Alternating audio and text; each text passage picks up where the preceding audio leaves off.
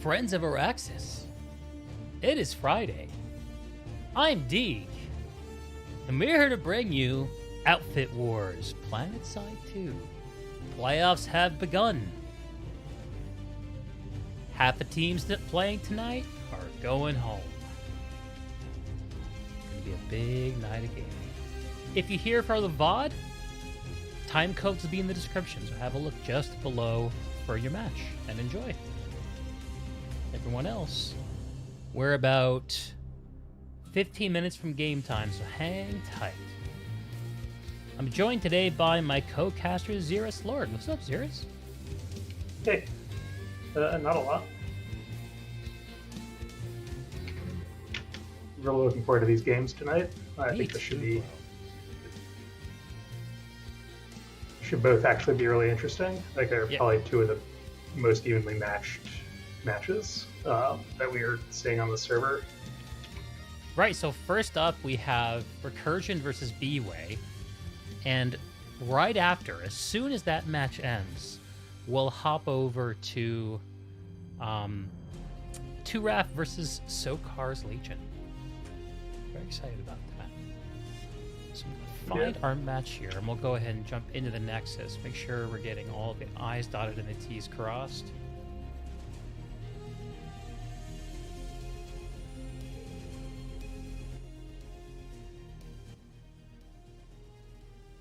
Zerus, how you been, man? You been okay? Yeah, pretty good. Been not been playing that much this week actually, but yeah, not much Planet Side going on. Life. Word. I'm right there with you. I totally understand. Okay. Yeah, do you have the match ID? I do not. It is number 2. Okay. Here on the Nexus. Quick warp gate check. I think we're in the right place. Yep, there's Recursion warp gate. They're in Omega. And BWAE will be in the Alpha warp gate. And this area is restricted. Wow. Outfit tags are rendering and everything. Just like Rel intended it.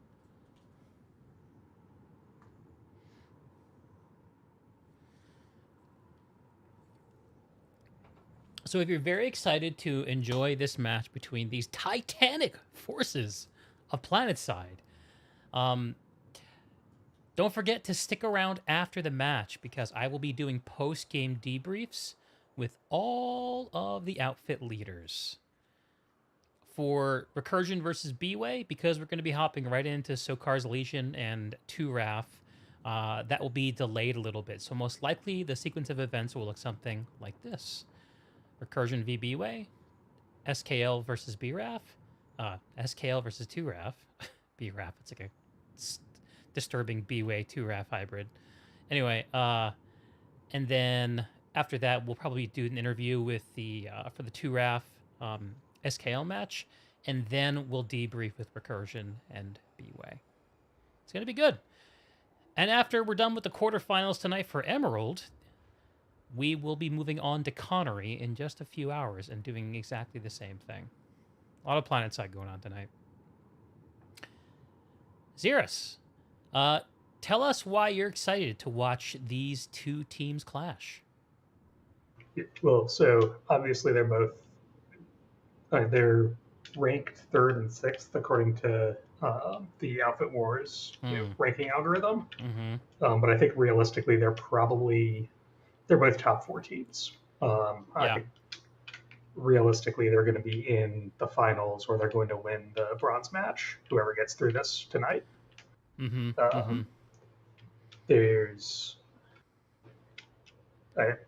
They've obviously both very strong infantry. Like you should see a little more out of BWAE in terms of airplay, and more armor really from Recursion trying to counter that. Mm-hmm. Yeah, Recursion, this whole outfit war have been very glued to the ground, and they've been making it work for them.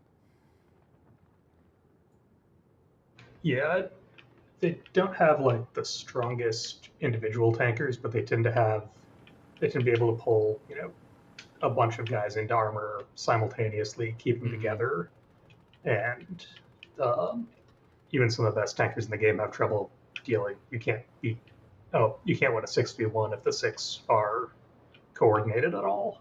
Sure. That's right. The eternal art of getting the right forces to the right places in the right numbers. If you can do that, you can win a lot of planetside. So I'm kind of expecting to see a similar thing out of Recursion this week. They may contest the air early, but I don't think they don't really have the pilots in terms of numbers or skill level to match who BWAE is bringing in that domain.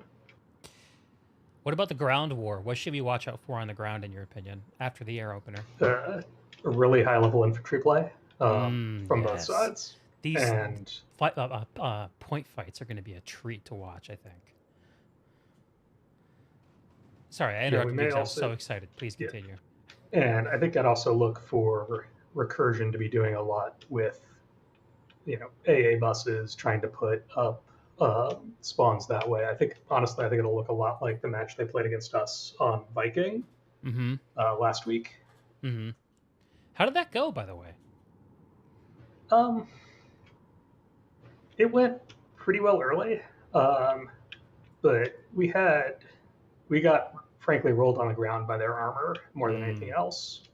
And with Viking being totally homegrown Comrie players, which is why we're all BR30 with 2,000 directive score. As BR30 homegrown Comrie players, we have no certs, and most of us have like one or two things sorted out, and very few. I think we had like 2 guys who could actually pull a decent tank. Sure. And so we got fairly stomped on the ground there, and weren't able to leverage our air in the same way. Right. The vehicle game is expensive. So if I'm Recursion, I'm probably looking to repeat something like that. I wouldn't be expecting to beat the likes of Grenade Shark in the air. I shouldn't put Recursion down too much. They do have some pilots. They do have, a decent level of, conscript air that's going to match what most outfits can bring to the table. But BWAE has a handful of really good pilots, and sure, I think that's going to tell. Sure. Yeah, we've watched a few of these teams really lose the fight on the ground by overcommitting to air. Everyone very excited and at the power of air in this game, and it'll be really cool to watch the way these two teams play out. I'm going back to the observation you made at the start of this discussion, where you're like, hey, this is the number 3 and the 6th ranked seed, but really these are both top 4 teams realistically. So it's interesting that the qualifiers brought us to this point where we're seeing what a lot of people expected to be a semifinals match kind of a week early. And whatever the outcome of this match is, it's going to kind of be a damn shame in that sense, because one of them's got to pack up and go home, and then they're done playing Outfit Wars for the season. Yeah, and then I kind of expect, sort of with the 2-ref SKL match, that should be a really good match. But one of those teams is going to have a bad time the next 2 weeks, I think. Right. Because, again, no disrespect, but I don't think they have the level of overall play that these two teams, or VK2Z and Gobs, bring to the table. Sure. Do you put VCats more in the Gobs tier above BWAE and Recursion? Is that where you feel they land? It's hard to say. So I think with VKTZ, the way their Gobs, BWAE, and Recursion are all very much live outfits that are playing with their live rosters. And so there was a match that got dropped early by VKTZ to BWAE that it's one of those where the seating is basically random that first week. Right. So VKTZ got lined up against Gobs. Yeah, that was at random, basically, or because of sign-up order or something like that. Yeah, VCats got BWAE in week 1 and Gobs in week 2, right? Something like that. Stretching my memory. That's not right. No, I All right. definitely didn't see Gobs week 2 because VKTZ is 3-1 and Gobs is 4-0. Right. Sorry, you said Gobs and I got confused. Please go on. But I think if you're looking at VKTZ, they dropped a game to BWAE early. Mm-hmm. I think they have Close game. a very strong roster, but because it's not, a live outfit playing with their usual roster, they took more time to gel. That makes sense. And so I think I do kind of have a question of how they'll actually do in another of these top tier matches. Right. When you're dealing with people who you can't just outshoot and you have to outplay on a map level. Mm-hmm. BWAE and Gobs and Recursion all outplay on a map level every week with this roster on live for the last year plus.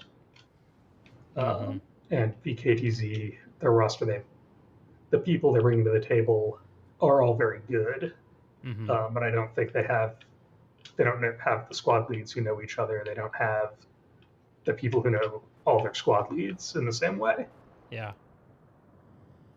totally. It's been kind of interesting talking to some of these outfit leaders. I've talked to a couple.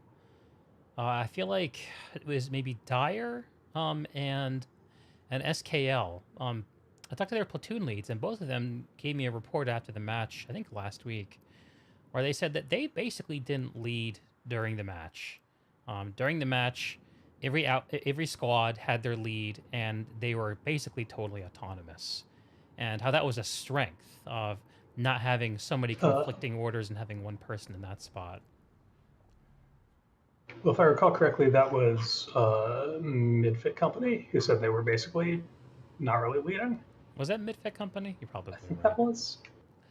I believe you. I'm stretching my recollection to recall. But anyway, I'm just painting that observation because it when I think of what an outfit of slayers who need time to come together need in terms of organization to work, like you get those guys going autonomous, they can hang with anyone, right? And it'll be exciting to see what they can do. VCats will be playing KN1 tomorrow. We'll be casting that match as well. Very excited. We're just under 2 minutes out, though, from this match, and I think it's about time to get ready for some Planetside. So I'm going to go ahead and start out at the BWAE warp gate, which is going to be on the alpha side. Going to hit the music. And we're going to get ready to watch the opener between Recursion and Bushido Way in the Planetside 2 Outfit Wars playoffs. Quarterfinals.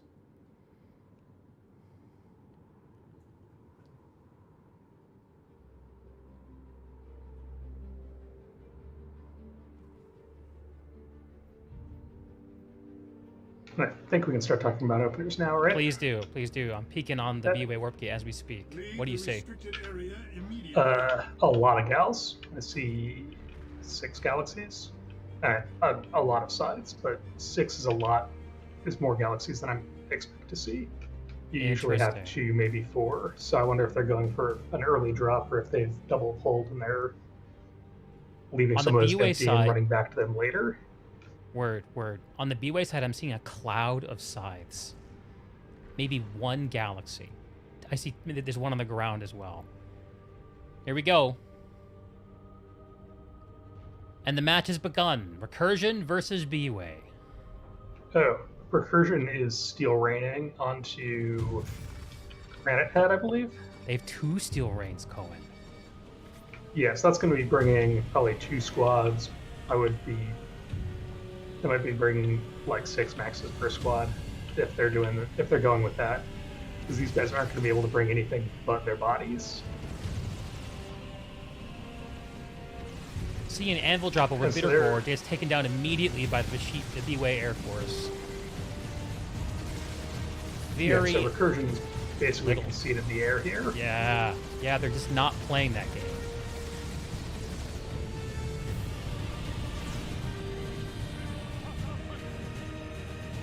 And To be fair, I mean, it's not a game they were expecting to win, but I was expecting them to win, and so just not playing it, getting on these points, bringing as much as they can early, could be the right call. With the early flip at Arazek Satcom Hub, they have all 3 points ticking along their way. 2 minutes and counting on that. Zooming in over Bitter Gorge, where the fighting is hot. BWAE is in the triple stack at C as Recursion tries to get a vehicle. They've owned the road, but they don't yet own all the points.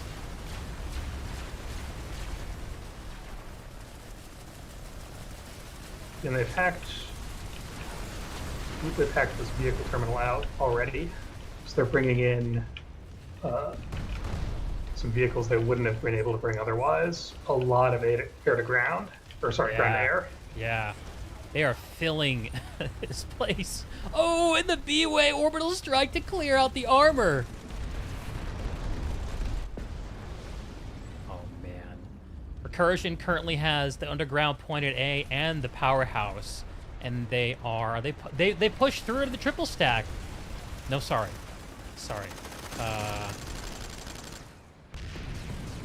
Wow, all the BWAE names I saw at the triple stack were dead. BWAE's been pushed off.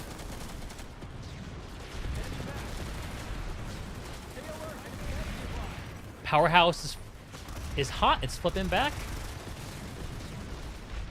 And this triple stack's going back and forth as well. Yeah. I think it's all OO at this point. These boys are fragging.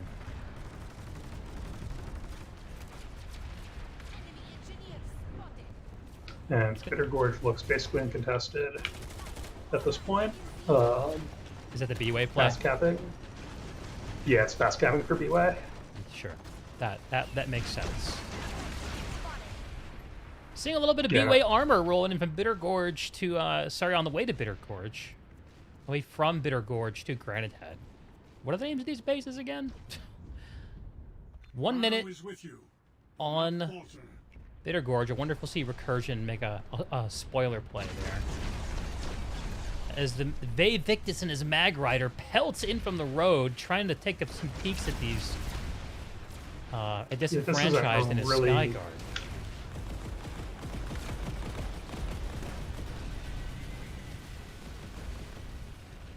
This isn't really great terrain for a Mag Rider, so he's kind of just got to push straight in on Prowlers if they ever turn around and start fighting. Arazek has flipped towards Bushido Way, it looks like. They came in and grabbed it. And Recursion let it go so that they could solidify their hold on Granite Head, and I'm starting to see some Recursion pop at Bitter Gorge. I wonder if that's just people in vehicles or if they're making an actual play there.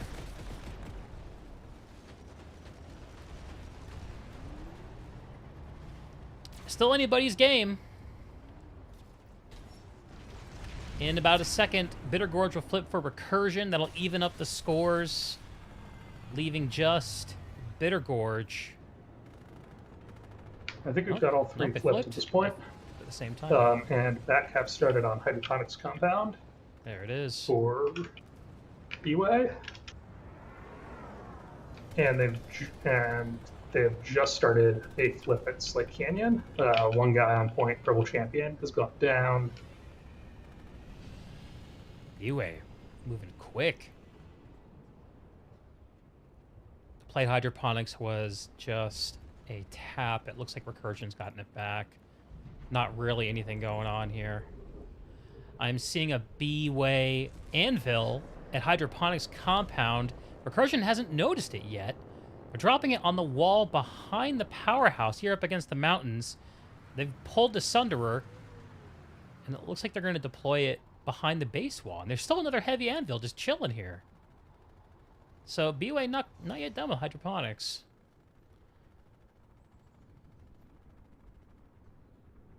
Yeah, there's actually a bit of an air contest coming out from Recursion right now. They've got, I think, about 6 mosquitoes up in the air.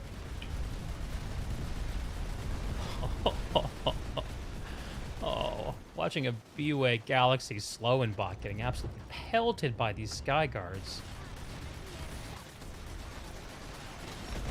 Recursion armor presence is thick at Nexus Secure Substation. BWAE's dropping guys in. They got a Galaxy drop in on top of the point. Got it just before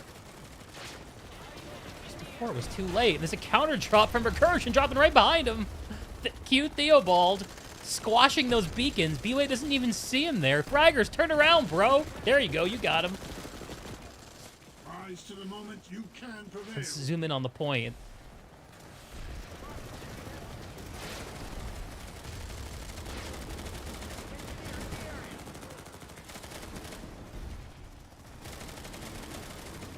BWAE has the point in 35 seconds to capture recapture the base.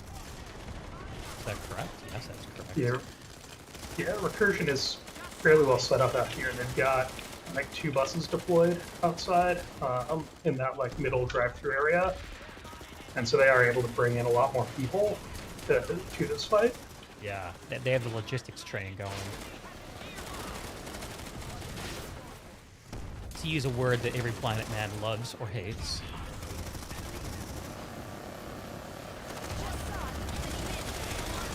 A BWAE push on the server room. They've got metal. A few people supporting, but it doesn't look like it's going to be enough as Recursion confidently pushes out of the double doors. Recursion looking very in control. Despite having temporarily lost the point. BWAE's play seems sort of reactionary by comparison with that Galaxy drop. BWAE's continuing to drop in. That looked like a coordinated beacon drop, but I see no beacon. In any case, they're coming back on the roof. They have about, just under a squad's worth. I don't think it's going to be enough, but they're trying not to lose too much more progress to Recursion on this base.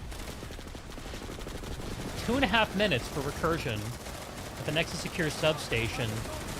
Let's have a look at the map and see what else is going on. It looks like there's a BWAE hack on its Slate Canyon, just beginning. At Bitter Gorge Garrison, there's a map bug at Slate Canyon. Yeah, there's Recursion on point at Bitter Gorge. Great. Yeah. Bitter Gorge, there's a real fight going on, it looks like. So Bitter Gorge and Nexus Secure, where the fight is split right now. Well, Recursion defends here at Nexus Secure. Let's have a look at Bitter Gorge. See how things are going.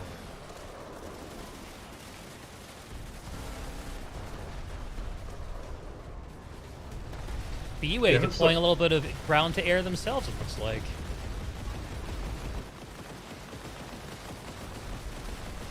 Oh, BWAE with the huge Galaxy drop. I just can't leave. Action's too good here. Oh, and here come the mosquitoes, destroying the Galaxy drop. Air-to-ground most foul. I'm a little surprised to see Recursion has enough air control to really bring that in. But I guess they're running a fair bit, they're getting a fair bit of support from their Sky Guards and other ground-to-air out here. BWAE just keep bringing dudes to Nexus Secure, hoping to win these fights on the ground, but Recursion's just looking so good here. Coming in on the point where BWAE has made a push in from the skinny stairs. The point is sort of anyone's grab right now, and it looks like BWAE is going to flip it back their way. We'll see for how long. The Recursion armor is still rolling up the middle of the base. I'm seeing at least one Sunderer. That's actually getting slow pushed by a couple of Mag Riders, so I don't know how much longer it's going to stay up. Big fight at the double doors. BWAE's pushing out, flushing these Recursion out of the base. They just brought enough dudes.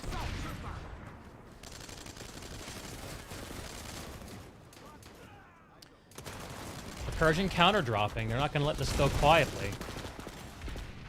Let's. Victus and his Mag Rider is currently up on the mountain, shooting down into the base. He's going to go after that Sunderer. Let's go look at Bitter Gorge. Bitter Gorge is weirdly quiet. I see no BWAE pop at all here. We've got Recursion basically setting up however they want, and they've got 40 seconds to make a move. Medieval Welder rolling in a Sunderer to Argent Hold as we fly in towards Bitter Gorge Garrison. Yeah, Recursion let this go, and they just took it back. 20 seconds to go. I don't think BWAE can get here quick enough to do anything. See if I'm wrong. Slow and Bot making a Hail Mary drop onto the C point. Paying for it. Cheese skill suits. Try dropping on. Yeah. It's just not enough people, and way too late. And Recursion is going to start pushing in on this western lane. I imagine the Argent Hold hack is imminent. BWAE's here. They have a sizable drop on the C point, and they're going to take it back. They're back capped already. The Medieval Welder is sitting alone at Argent Pass. Oh, BWAE. Oh. BWAE should be figuring that out. Yeah, they're all dropping now. I think they're starting to get redeploys off. No, they're rezzing. Okay. And the Recursion armor rolls. And BWAE is starting to rotate back to Argent Hold, but it's still not enough people. They're just trickling in a couple at a time. Yeah, that ain't the way to space. Let's see how many Recursion are on point here. As the sides try to do some damage for BWAE. We got about a squad's worth of Recursion sitting on the point, anchored by a single max, a couple of maxes, sorry. And I need ammo. if I know Recursion, where's their bus? It must be underneath the point. There's a couple different bus spots there. There's one there, and there's probably one underneath. There's also maybe one back up the hill. Yeah. Yeah, I was just looking there. I didn't see it. But it looks like BWAE right now is really committed to holding Nexus Secure Sub. Well, that's where most of their pop still is. You've got to take one of them. They got to defend both, otherwise the lattice to Nexus opens up. BWAE's got to make a counterplay, though. They can't just play on the back foot. Anything going on for them? No. BWAE playing very defensively. Bases. Recursion making them scramble.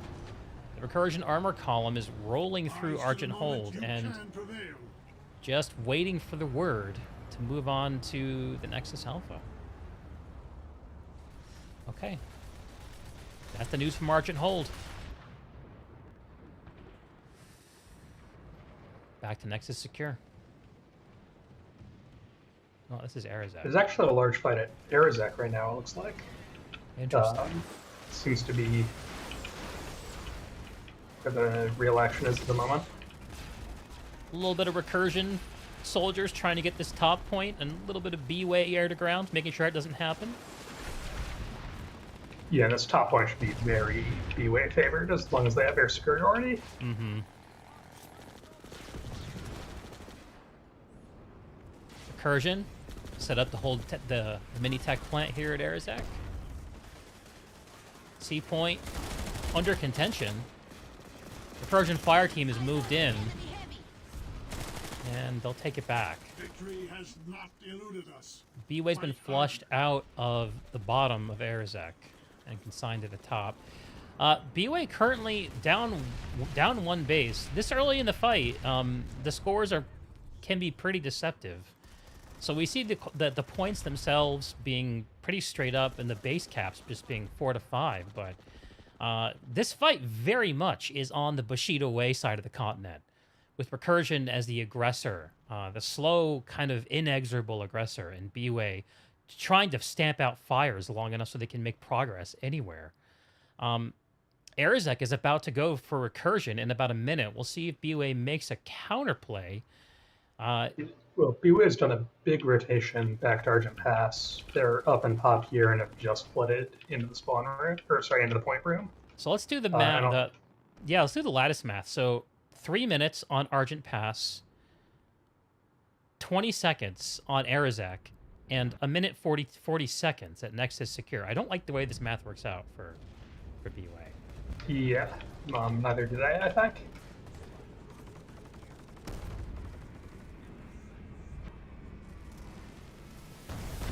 Anvil drop at Nexus Secure. I think it's going to be Disenfranchised pulling out a tank. And here comes a big reinforcement push from Recursion onto the powerhouse. No doubt anticipating a BWAE fast response drop. And here they come, coming in on Valkyries, getting in any way they can.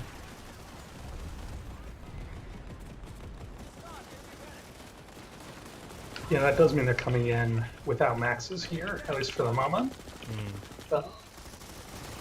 I'm not hearing any. Yeah, I don't see any recursion maxes here.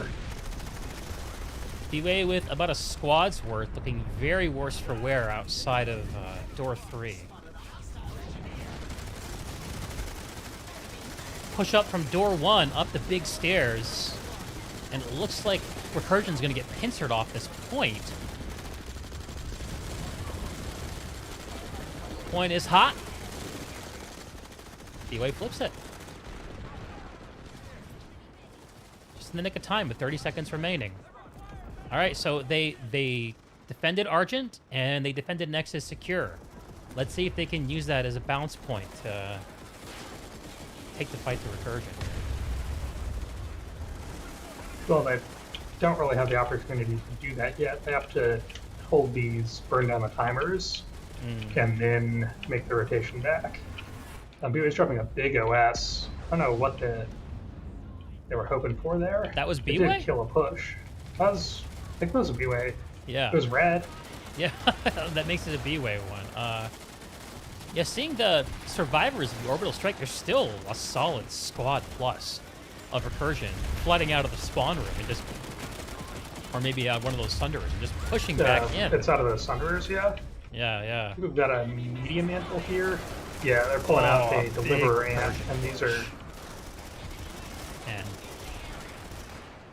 You are better than yeah. this. Show them. Recursion looking very confident. Here comes the BWAE response. They're coming in from their own Sunder here on the north side of the base. That does make this at least potentially a stronger push. They do have a couple maxes up coming in. They're losing a lot of guys to 1C4.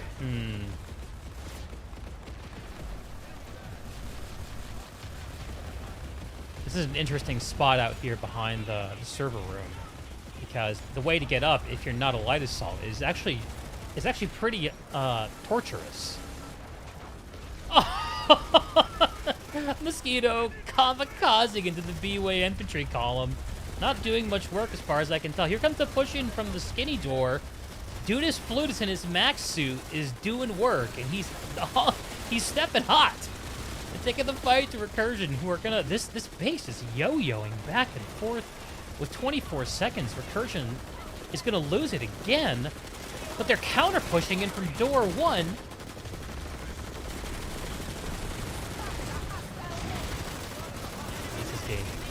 This is game. Yeah, it's an absolute mess of a fight. This is what you came for, folks.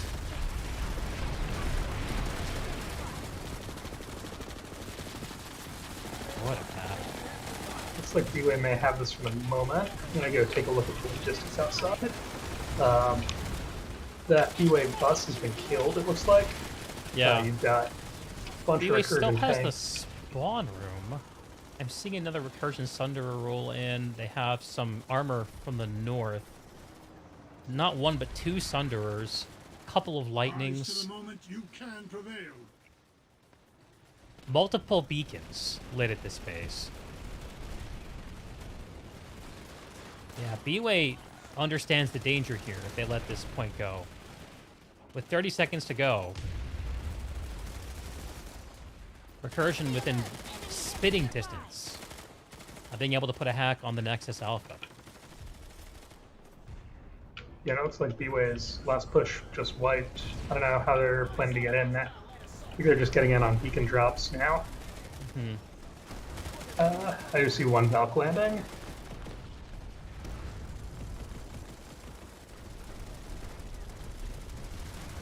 This is going to be a very desperate push to get in. 6 seconds.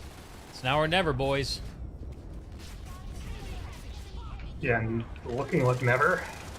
And Recursion takes the Nexus Secure substation, pushing into the southern Nexus Glacier, taking a home point away from Bushido Way and opening the way for Recursion to put a hack on the Nexus Alpha. There's pop swelling over at the Nexus as the fight at Secure Substation dies down. I'm seeing BWAE flying size out of the warp gate. There is already a Recursion hack on at Nexus. It looks like there's a fire team, Oh No's and Dana, that have snuck in to get that done. That's going to prevent any kind of a BWAE counter hack at Nexus Secure. Every second this ticks away is another second that that Nexus Secure can't have anything done about it for BWAE. And Argent Pass, I can't tell what's going on at Argent Pass. The map is making no sense. BWAE early responders coming out of this spawn room. Although Recursion materializing rapidly to reinforce this point. They're not really on the point very much yet, but we see half a squad in this double doors right outside the spawn room. Let's have a look at the armor situation around the base. BWAE still in control of the skies, although they're getting chased off. Vivictus and his Mag Rider. That's going to be a real key part of this fight. If that Mag Rider can do work to keep the roads clear of Recursion armor and Sunderers.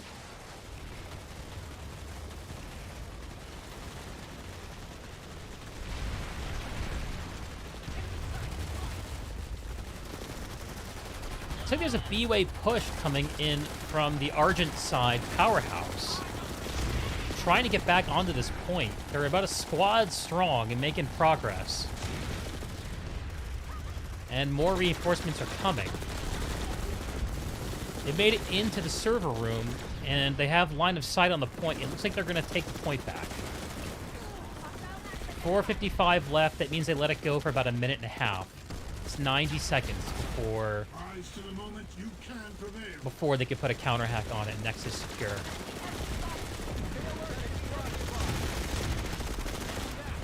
And what is Recursion doing about this? What are you seeing, Cirrus? I was having a physics experience. I glitched in the wall and had to swap back off continent and back on. That's fair. At Argent Pass, we've got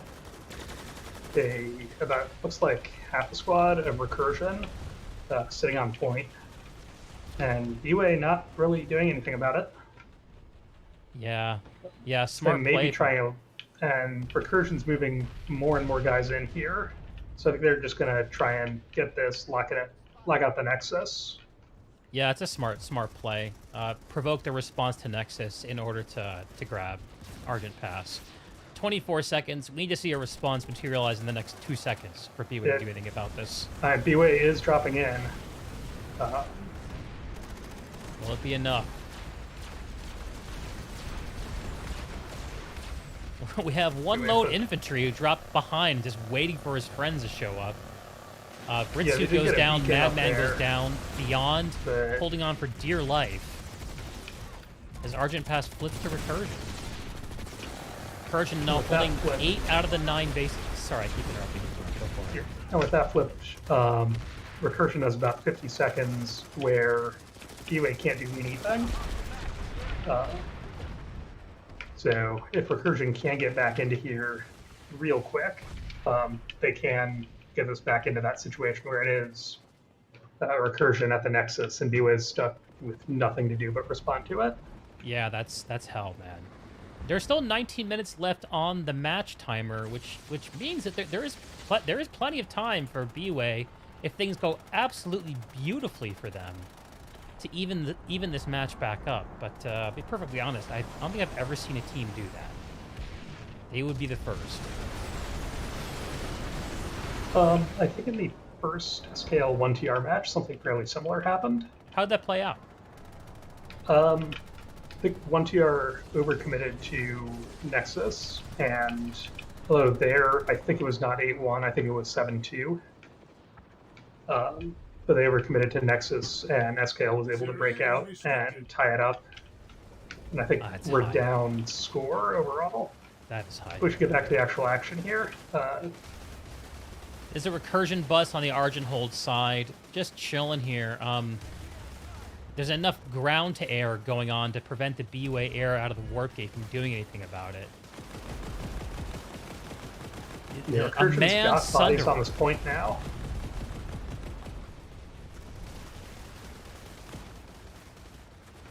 BWAE has gotten on Nexus Secure Substation. They put about 40 seconds on the clock, I think. Good for them. They've given up the Nexus Alpha itself to do it. Let's see if the trade is worthwhile. So the cap timer at Nexus Secure is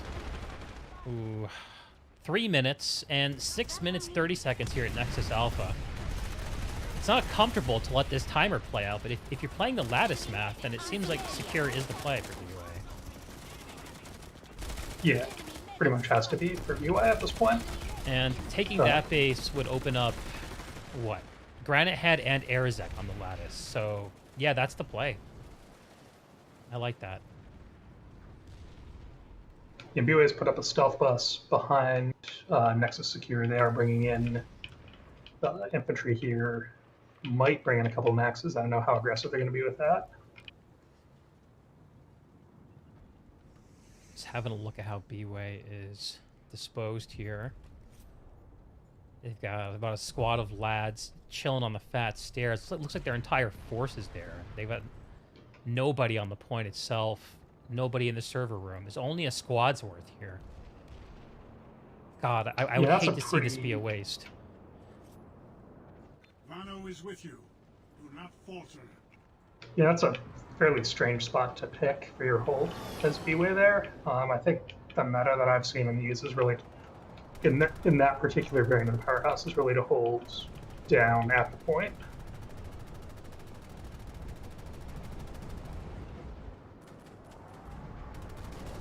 A little bit of an air fight over the center of the continent, with Recursion seemingly taking the lead. They've got a Liberator just waiting in the wings, attempting to bulldog this sleeping ESF's coming out of the warp gate.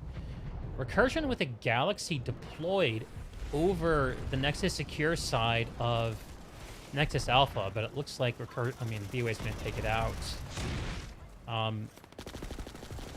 Now 4 minutes and a half on Nexus Alpha, as Nexus Secure continues to tick down with a minute remaining. You know, maybe Recursion has just said, fuck it, you can have it. We take the space we win anyway. A few people here, but it looks like maybe half the squad. They definitely don't have the numbers to make this work.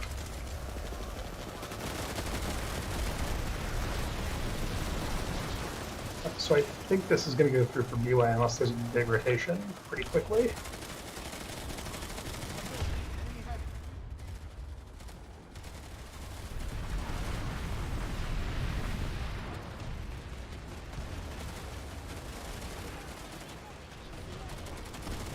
Things are starting to heat up here at Nexus Alpha. BWAE starts to drop in over the Argent side powerhouse. The Lost in Time and the Recursion air, though, is not... Recursion's air use seems so timely, somehow. Just always in the right place at the right time, and there's only a fire team at BWAE left to make this push, and there's more than enough Recursion sitting in this powerhouse to just ignore him. Yeah, now BWAE did just have that Nexus Secure flip go through. Good. And they are, I think they're dropping somebody on, yeah, Purple Champion just dropped on Arizek. Good, good, good. Play for the win. I love that. Couple of galaxies queuing up in the BWAE warp gate. Clear out of that area. Can imagine a drop forthcoming somewhere.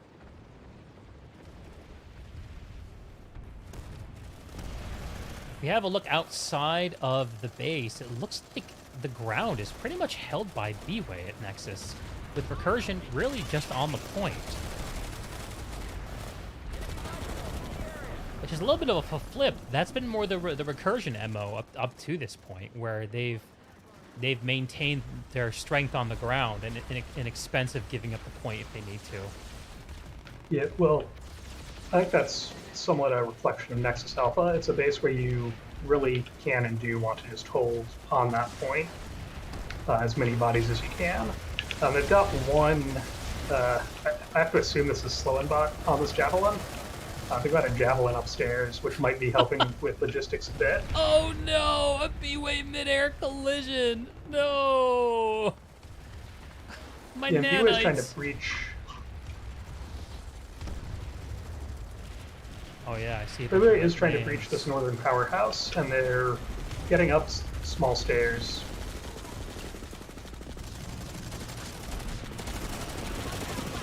And taking out a couple of the Recursion maxes here.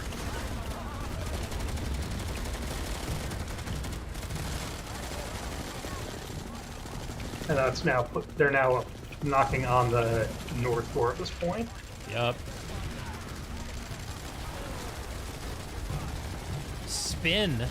Spirit rather, trying to lock down this back hallway. I love this spot for a push because you can flex into that back hallway and so easily get control of two doors looking in on the point.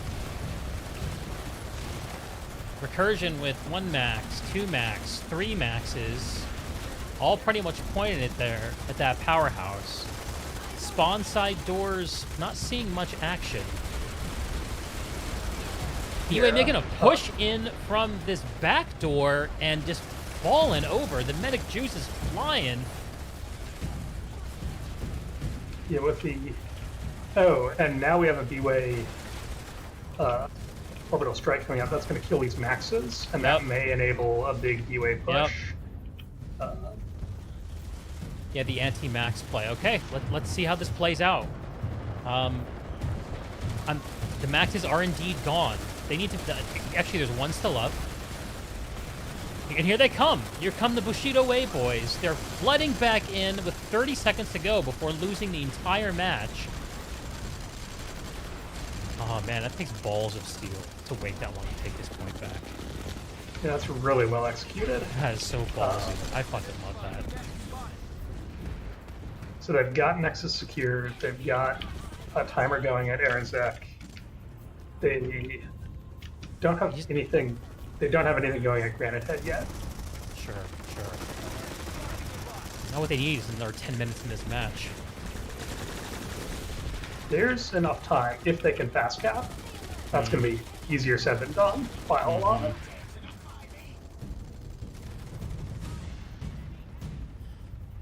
About 35 minutes into this match, the map state...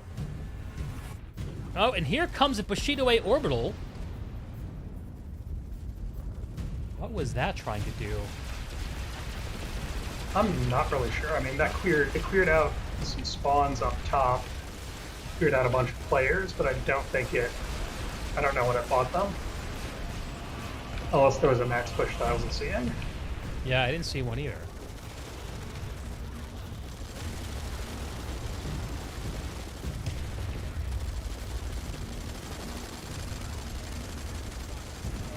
So the thing BWAE has now is they've at least got some timers going on the recursion side. They've got some bases they've got some places they can attack and recursion can't.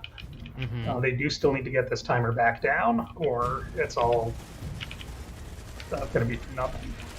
Yeah, that's it. That's the interesting thing about letting it go this long is you have to hang out here for a few more minutes to gain any level of comfort to push out. And there's only 9 minutes and change left in the match. I want to see how things are looking over at... Oh, okay, and Recursion has sent out a fire team to start a cap at Nexus Secure Substation.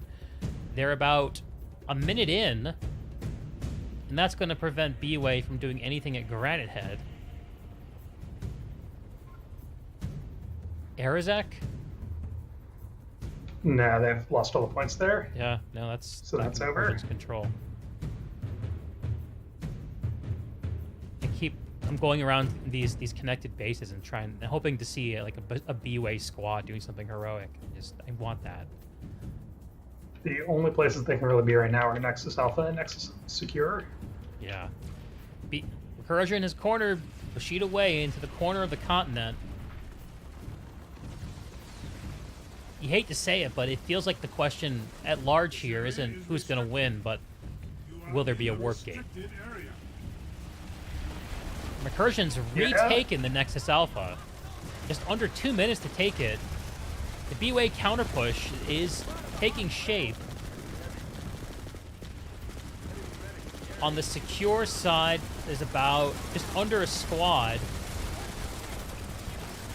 While on the warp gate side, BWAE are dropping in, flooding in. This is one of those points where it's really easy to drop in from outside the base and immediately be close to the point. But Recursion is hot on it. Squad on the canyon and the canyon powerhouse as well, trying to get in. So again, there's a lot of maxes for Recursion, and BWAE is not going to have an orbital this time. 1 minute for Recursion.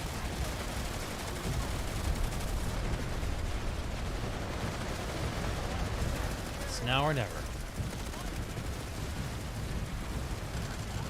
Here come the BWAE reinforcements, flooding into this Argent Hold powerhouse.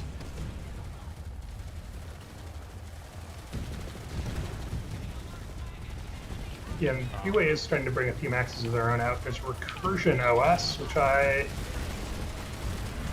seems very questionable to me. They did keep one max up, but they lost a couple. And BWAE is actually pushing in on the back of that, I think. Wow. Wow. BWAE are making their last best push. They've touched the point, but can they stay on it? Oh no, this Recursion, these maxes. No, 3 seconds. Recursion gets enough bodies back up. It's over. Oh, Recursion wins the match. Bushido Way loses and is knocked out of the Outfit Wars. PlanetSide 2's... Oh god, I don't even know what to say. What a heartbreak for the Bushido Way boys and girls, and what a confident win for Recursion. Yeah, that was very strong from them. We should be able to get into the SKL 2RAF match.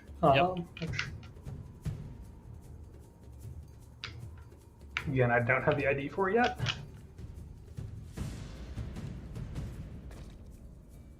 Yeah, we can grab that here in just a sec, folks.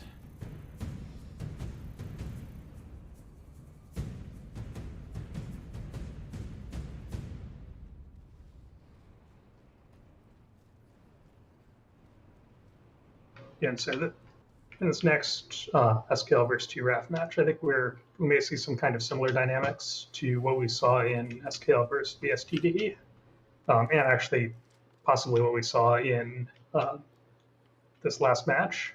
You've got a much strong... I think you have two fairly evenly matched infantry rosters, maybe a little probably stronger on the SKL side. 2RAF has Ordo Araxis playing with them. Pretty even looking fight. I love it. Keep going. Yeah. So Ordo Araxis is primarily an air fit, so they're going to bring a pretty strong air group to the table. So I expect to see 2RAF SKL with a big infantry drop at the sea point on Bitter Gorge. The 2RAF air, though, not tolerating it. Can Sokar's Legion steal the point? With 1 minute remaining to cap for 2RAF, and SKL's going to take this. Slow this thing right down.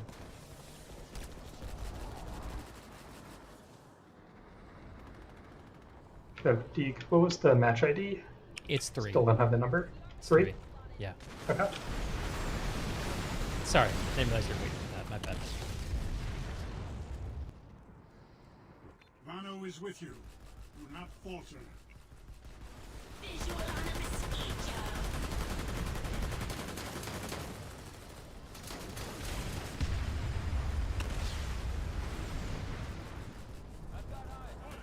And SKL looking strong on the ground here at Bitter Gorge. A light anvil drops, but it looks like 2 Wrath is not going to let it become a thing. That anvil is aborted. Okay, let's see what else we got going here. Looking over at the map, there's a hack on for 2 Wrath at Nexus Secure Substation. Let's see how things are shaping up there. It looks like generally these forces are not deployed evenly. We're seeing one team favoring Substation and one team favoring Bitter Gorge right now. That's Hydroponics Compound, I believe. Ah, yes, right. So that's the mirror base. Yeah, that's one. Oh, no. SKL. I was talking about Nexus Secure. I totally missed the fight at Hydroponics, so there's action at both bases. Victory has not eluded us. Fight You know, it looks like this is a resecure at Hydroponics Compound. It looks empty at this point. SKL looks like they are pushing 2 Wrath off the point here. Yeah, it's cleaning things up better than this. as 2 Show Wrath them. falls back from Nexus Secure.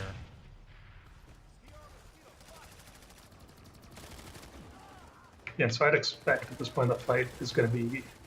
Bitter Gorge hasn't flipped yet. The fight should be moving there now. I'm seeing the pops swing here at Nexus Secure. There's been a 2 Wrath drop on the mountain side of the base, and they're sneaking in through this skinny door. The point is flipped blue, and the SKL forces look a bit scattered in response. They've fallen back, in fact. Rise to the moment you can prevail.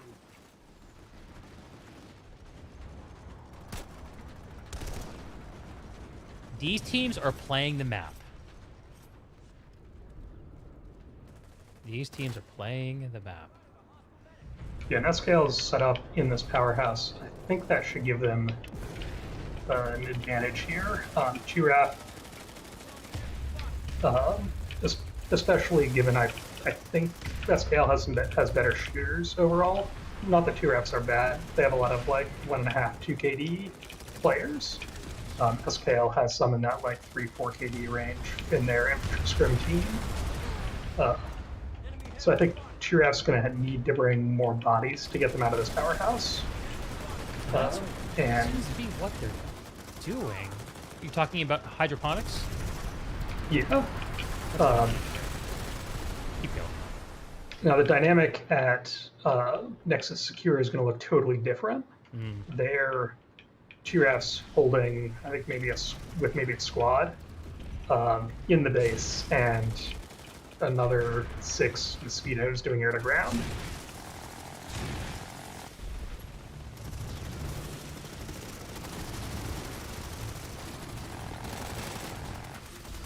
Wrath is pushing in hydroponics. And Sokar's Legion falls before them.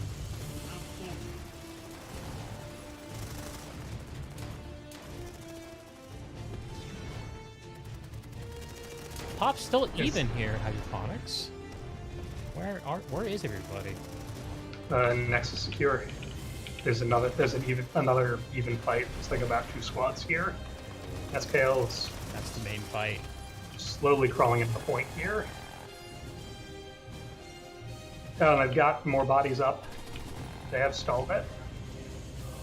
That might be a competitive planetside moment. A lot of resonates going off. Oh.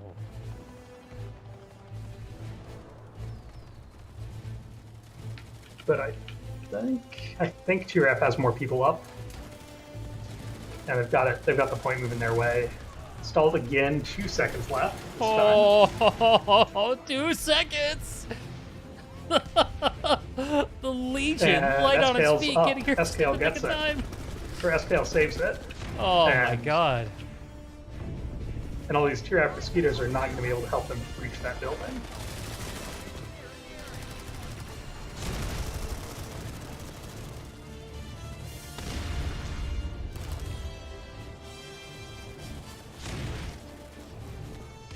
And so I think this is kind of the dynamic we're going to see a lot in this match, is Turek is going to be relying on that air superiority and air to ground from their 4X air wing to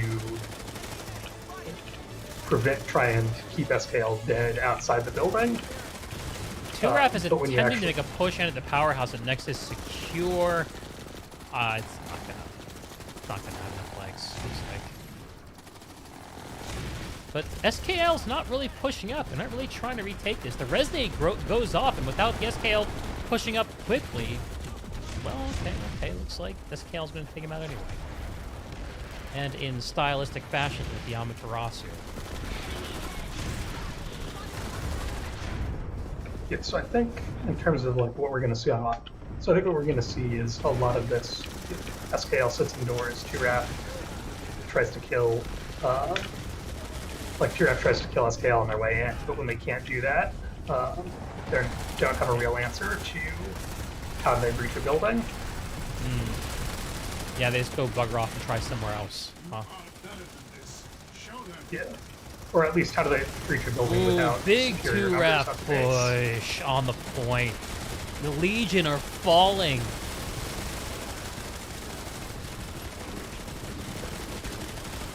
Yeah, that's a big commitment of numbers from Turaf here. They're up about 10%. They're probably half a squad of people.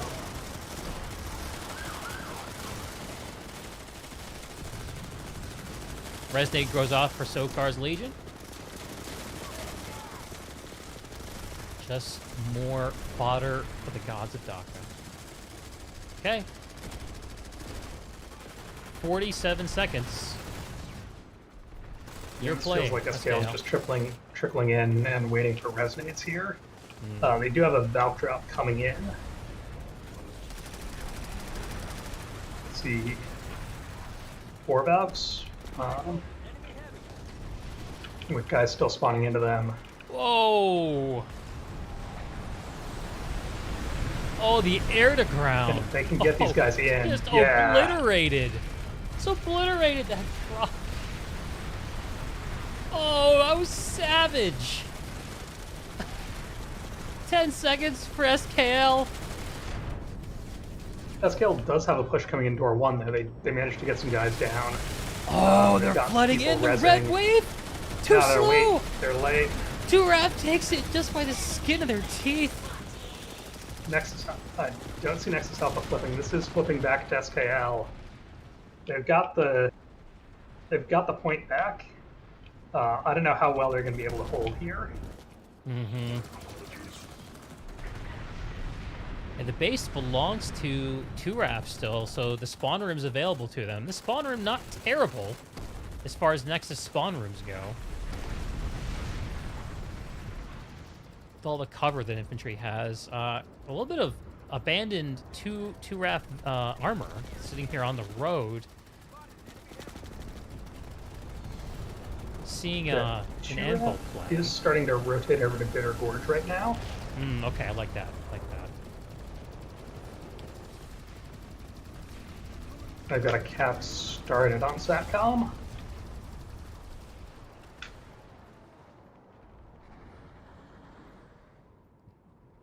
Yeah, it looks like this is a ghost cap here at SATCOM by Turaf. A logical play for an outfit owning the air. Also, one of the things that doesn't get talked about as much with Arazek is you can spawn air there, right? If you own it. It's an air spawn, as is Bitter Gorge. And I think Granite. Sure. No. Both Bitter Gorge and Arazek, not Granite Head, have air spawns. Yeah, so right now, Turaf air all has to be coming out of their warp gate. Probably not that big of a deal, given how long people are in the air for, but it's something to think about. Yeah, I think it'll be SKL. a bigger deal if the air game were more even here. Turaf just obliterating an SKL spawn point outside of Nexus Secure. But SKL owns the point. They got 2 minutes left on it. It's like they just struggled. Turaf abandoned Nexus Secure is what happened. And I guess the commitment's over at Bitter Gorge. Let's have a look at what's good at the Gorge. Air to ground. Air to ground is very good on Bitter Gorge. Right. That's your answer. We've got these 3 rooftop points. We've got this long run spawn room without that much air cover. And some SKL Sky Guards would work out really nice right about now.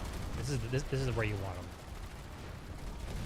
Oh man, they're just trickling in from the spawn room. This is a brutal way to try to take his base back. It's like a AA Max coming out of the spawn room, trying to scare off these air. SKL does have the center point at A, which is not a bad place to start. I'm not sure if there's any particular sequence to these points that makes any kind of a difference. The 2 RAF Prowlers are rolling on the north side of the base. They have 2 Sunderers outside of C. Man, an orbital right there would really mess up 2 RAF's day. Well, the Prowlers really have free movement around the space right now. There's not a lot of SKL ground armor opposing them. And what there is mostly AA buses, it looks like. Well, was AA buses. SKL not committing to the air game, not committing to the ground game. They're in their infantry boots, you know? That's what they're doing.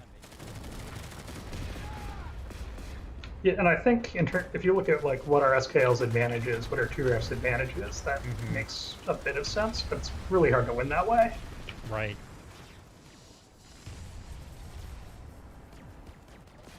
Now they did manage to get a beacon up and get bodies over to this C point, which has flipped their way. That was B point, not C point. Yeah, B. And they do have a beacon up by C. They are trying to get a bus deployed. So yeah, so 2 RAF only hanging on. I mean, 3 minutes on this point for SKL to retake it. As we and Noah speak, gets a bus deployed. He gets 1 spawn before he goes down.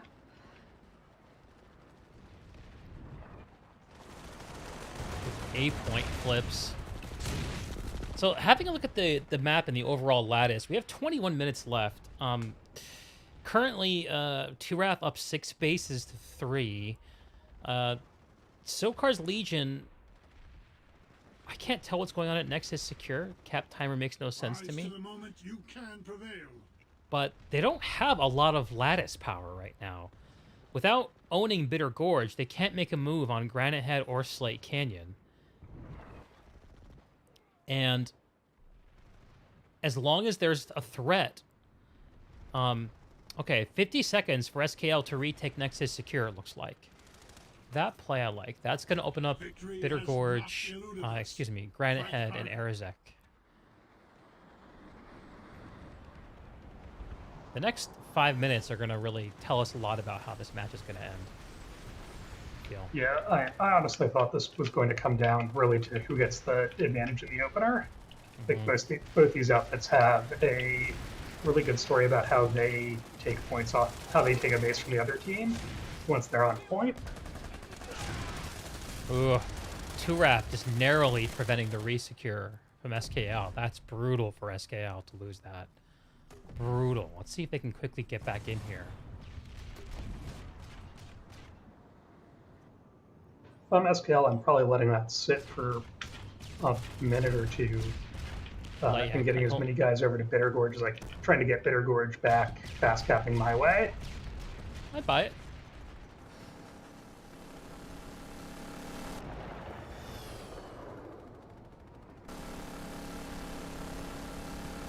And they have got a squad at C point. They're flipping that back. There's a SKL with a big infantry drop over Nexus Secure. The 2RAF air-to-ground is going to work on them. Let's see if any of them can actually make it into the powerhouse. A very, very weak drop from SKL. Yeah, that may just be keeping them busy. Yeah. What I'd be playing, what I would be playing for here is getting Bitter Gorge fully secured. Well, I'm talking shit. There actually aren't that many 2RAF on the point, and the SKL are flooding in from Skinny. I have an Ambusher Light Assault briefly touch the point before falling.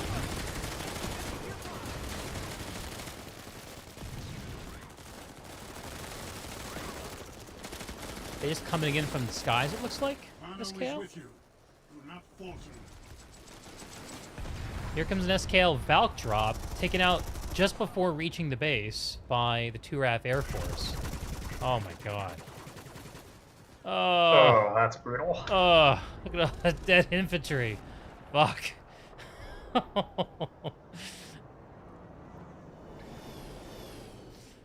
Alright, so a minute and a half for 2RAF at Nexus Secure. Let's have a look at Bitter Gorge, shall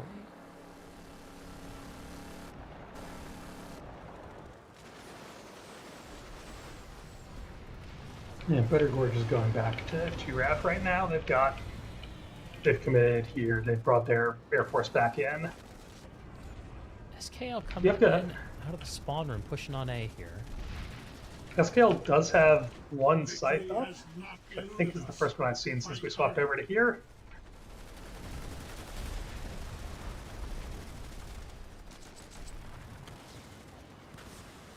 SKL pushing north up to the C point. They're using their anti-vehicle stuff to deal with the vehicles, and they do have a 2RAF Sunderer currently getting decied in C4. It goes down very quickly. Let's see, SKL being very smart, taking control of the ground and pushing up. And they're gonna flip this point back. All 3 points are flipping back their way, it looks like. No, B point, looks like 2RAF just got set up. Ah, and that's contested. That's everybody's dead. It's stalled out.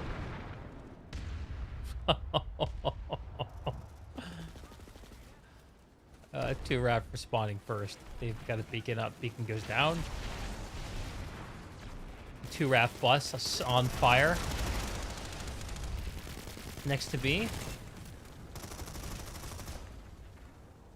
Well, that's going down. Nexus Secure Substation, I think, is just ticked back to 0. So that does open up the warp gate for a 2RAF drop. That's huge, and their pop is swelling there. Let's have a look at the Nexus Alpha. And SKL's aerial bombardment. These top turrets just getting shredded. 2RAF are one on of them the gets here. hacked over. But 2RAF did get their bodies on the point. They did indeed. And the clock begins Not to that tick many down. guys yet. Looks like only about 8 in here so far.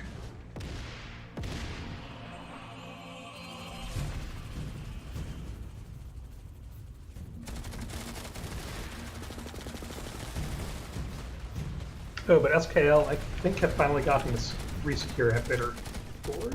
So that does open the map up to them a bit. And as I say that, the points start flipping back again. These bases are flipping back and forth so fast. It's so hard to even understand what's going on. I'm locked in at the Nexus Alpha right now, where there aren't that many 2RAF, but it's enough to hold off the initial SKL response, which seems like they're trying to bring something together on the secure side powerhouse. Outside of the base, the 2RAF Air Force is in control. I don't see any SKL armor or logistics whatsoever here. And I can't say that surprises me very much at that in this situation.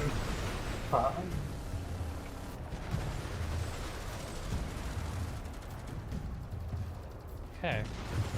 let's see what SKL's move is here. I would love for SKL to turn a Bitter Gorge cap, resecure into a Slight Canyon hold. Granite Head is just started ticking for SKL. Wait, Granite Head has started taking for SKL? Did I hear that right? It just started. Oh, that's interesting. Yeah, they own the Powerhouse and the Triple Stack. It looks like it's a Ghost Cap. Yeah. It is a Ghost Cap, but they've hacked the vehicle trim. They might be pulling something out. That is going to force some level of response from 2RAF.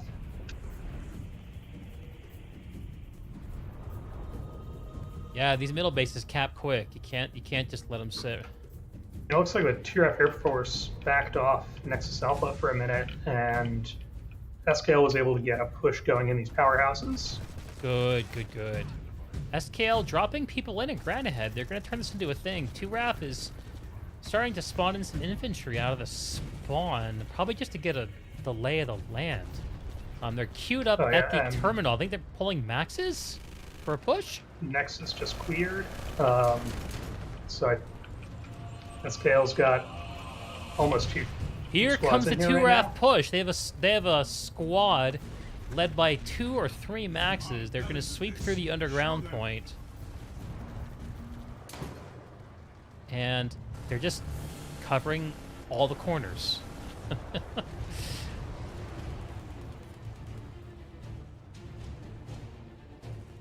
Yeah, so now if you're SKL, what you're doing is you're trying to bring as many guys up here off beacons and try and just win this, win a bunch of 1v1s until... Totally, and they have a handful 2RAF has to commit for real. Of 1v warriors in the power station, but 2RAF pulled up a bus right outside the skinny door, and that max push from the spawn is just caught up with them. They're joining forces, pushing in. Yeah, they're gonna flip the point as SKL falls back towards door 1, tries to get out of the powerhouse. They've lost the powerhouse. They've lost the underground point. They hold Triple Stack.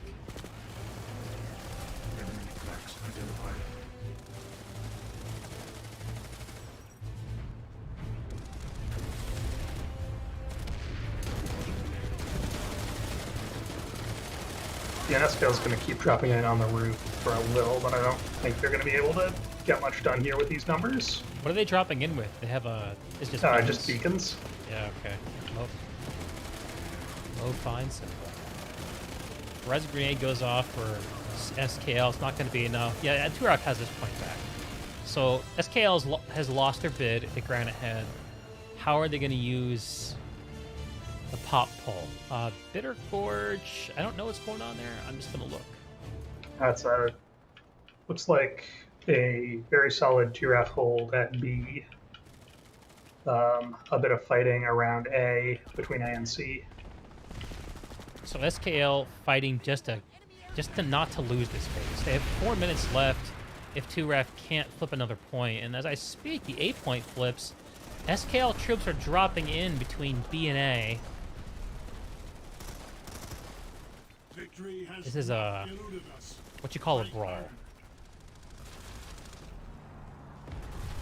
Yeah, on the other hand, this Granite Head, that tag has bought them a fair bit of time there. There's, it's going to say 2RAF right over the Nexus? To maxes there.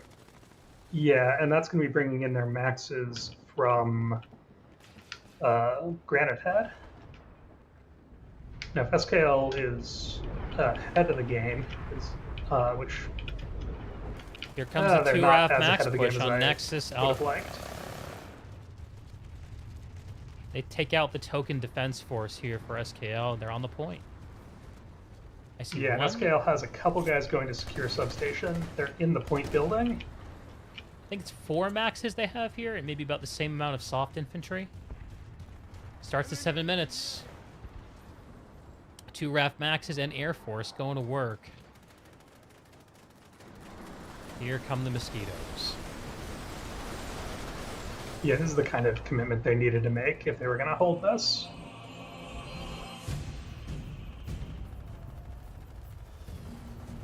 Let's see how SKL responds. Just under 10 minutes to go. Not a lot of time, if you're talking from lattice math perspective, for SKL to turn this match on its head. With losing time on Nexus Alpha, that puts Nexus Secure Substation at least 2 minutes away. Bitter Gorge, they're fighting for their lives. If they can win that's 2 minutes away. If they do that at the expense of Nexus Alpha, then they'll be down to 4 minutes left at Nexus Alpha, and they'll have to turn that into something at Slate Canyon and or Granite Head in order to really challenge Turaf for territory and for the W. Yeah, that's going to be... Because I think Turaf is going to have an easier time rotating this Air Force back and forth between Bitter Gorge and Nexus Alpha than SKL is going to have moving infantry back and forth. An SKL push trying to form on the Argent side powerhouse, and they got a defector max and a handful of infantry. These maxes for Turaf pushing right up to the door and just not allowing anything to mass. Is that a Havoc grenade? Is that what that is? I don't know what that was. It just went off, but the max fell back. It's joined by a brother. Yeah, okay. This SKL push is not going anywhere.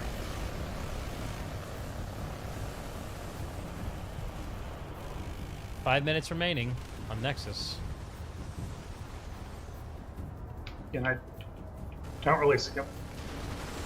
SKL's trying to put together a push from its stealth bus on the warp gate side, but they're just getting cut to bits by air to ground.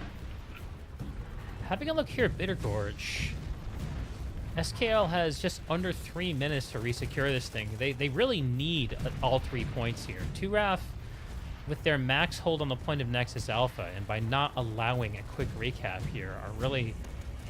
this is the play that will win them the match, if they're successful. And B point flips back towards Turaf. SKL not only failing to gain ground here, but losing.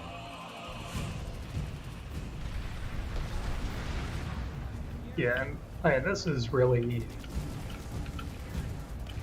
I think it's partly the air to ground, it's partly...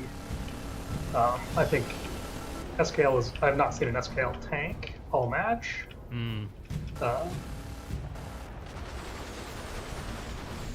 And so when they're pulling buses, or no, I saw one Chimera, but aside from that, it's been everything I've seen has been prowlers. I don't think I've seen a single mag rider. Interesting. That's partly, you can't really run tanks under this much air to ground either, Right. unless you're committing really heavily to air or to ground to air with it. Yeah, the mantra you hear is win the air fight, that also wins the ground fight.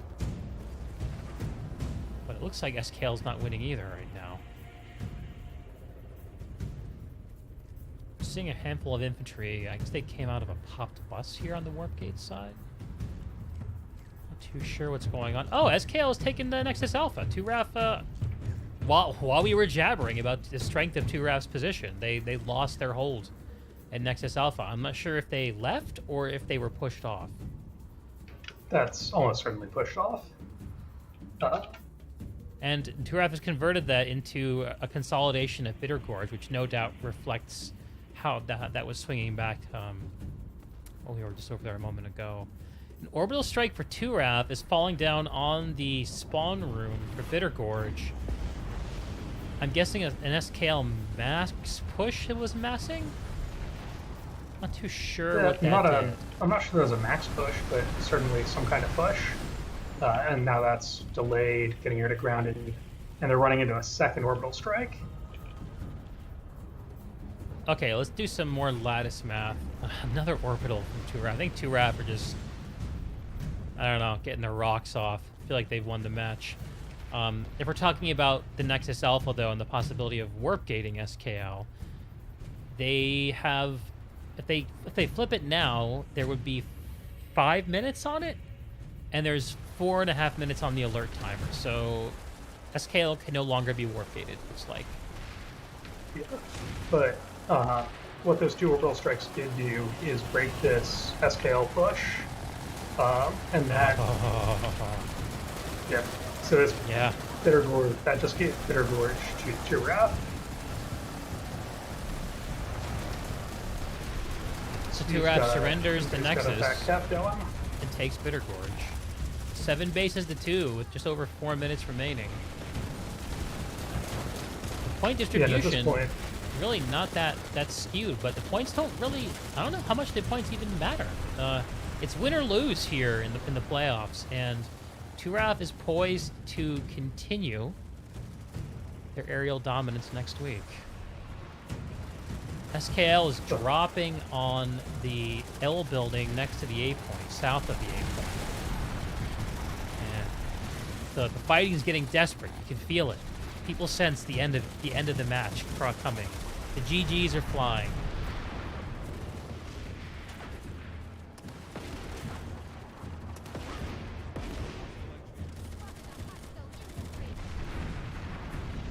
Let's get a big GG for SKL, huh?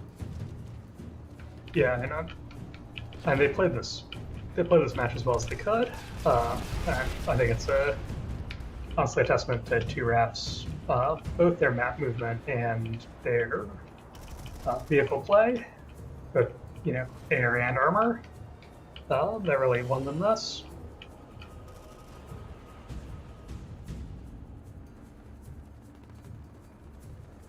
And SKL's pulled flashes. Yeah, they're in in-game party mode with teams.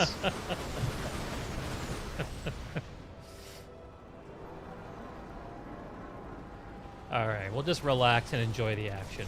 We'll let things play out.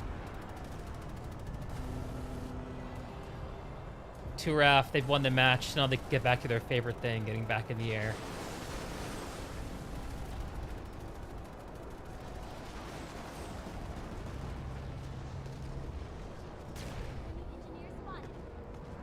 Now, I'm not entirely sure how the seeding for the next round works. I'm not clear that's a question. if teams are getting reseeded based on score or not at the end of this or not. Right, so Turaf won and is winning, and Recursion won, but will they play each other, or will they play someone else, and how will we know?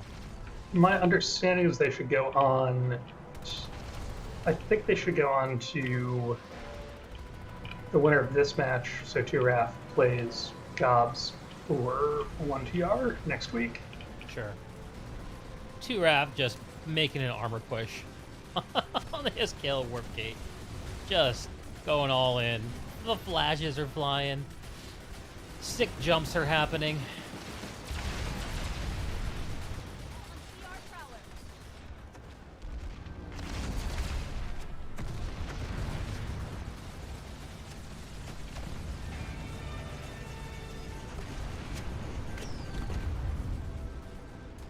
Yeah, I believe the Recursion should go on to face BKTZ or KM1.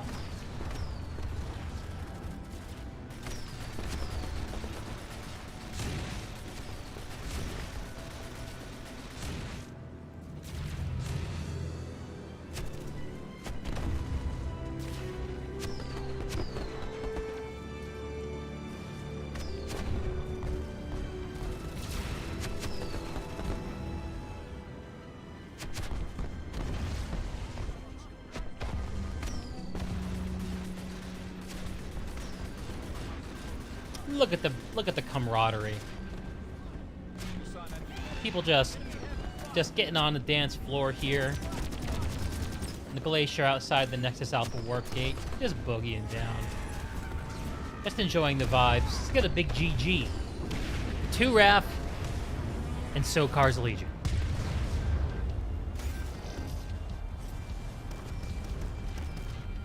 The Second Republic Assault Force is victorious.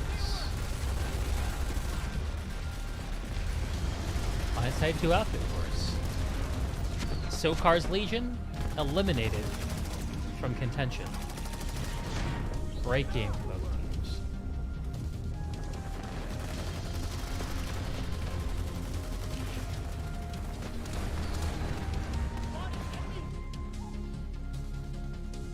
I believe we have interviews coming up. Yep, I got sent some DMs. Alright, let's get those interviews hooked up.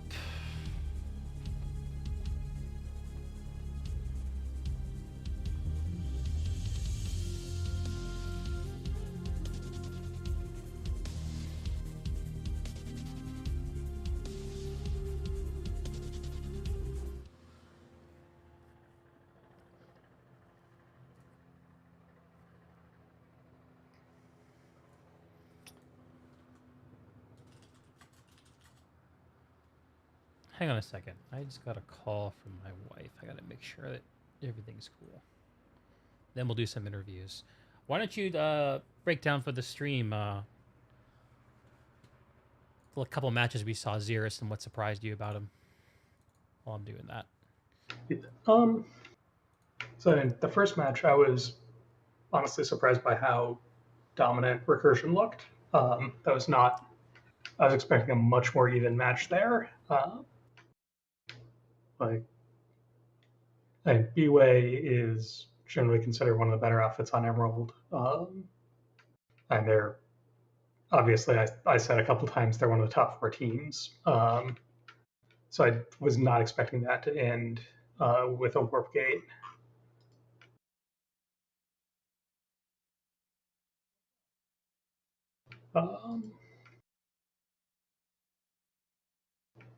And I think the way Recursion played it, it speaks to a lot of their strengths as an outfit. They don't have a lot of like super amazing top tier pilots. They don't have a lot of top tier super amazing tankers. They have a lot of people who can do it at a competent level, and they move between those really effectively. Like both they have a lot of people who are good infantry players who can also tank, who can also fly. Where it felt like BWAE had a much more they had much more in the way of like dedicated players. They had a few people who were pure air mains, a few people who were pure tank mains in that match. I actually can probably pull up some stats and tell you who those were.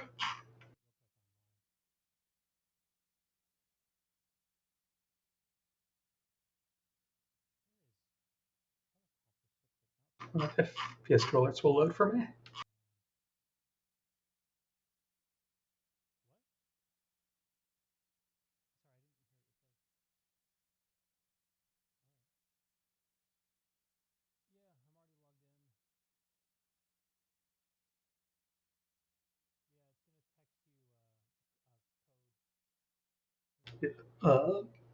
Where BWAE, it's hard to look at it and tell you that they should have, like how I think they would have done what they would have done differently with the player pool they had. Like they had a lot of shooters, they had a lot of pilots, and the issue is more it seemed like they were always contesting Recursion kind of from the back foot. Recursion had a bus up that they were pulling out if Recursion had. And those would get blown up, but it was always a little late.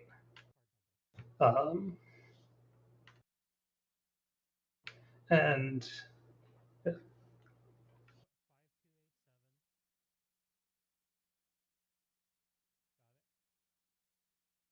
Actually,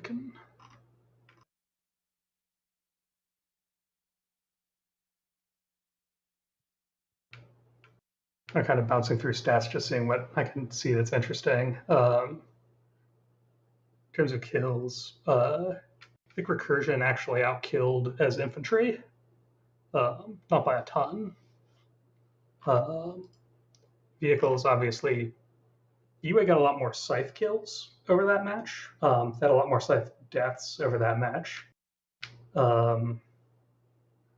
So weirdly, Recursion actually had a better KD with their mosquitoes than BWAE did, which is not something I would have told you was going to happen.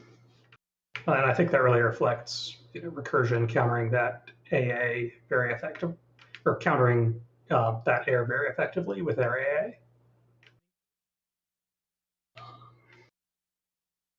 I wonder if I can filter.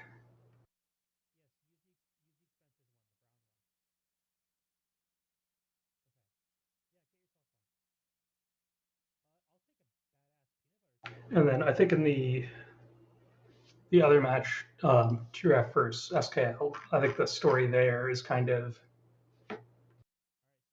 well, the way 2F won is the way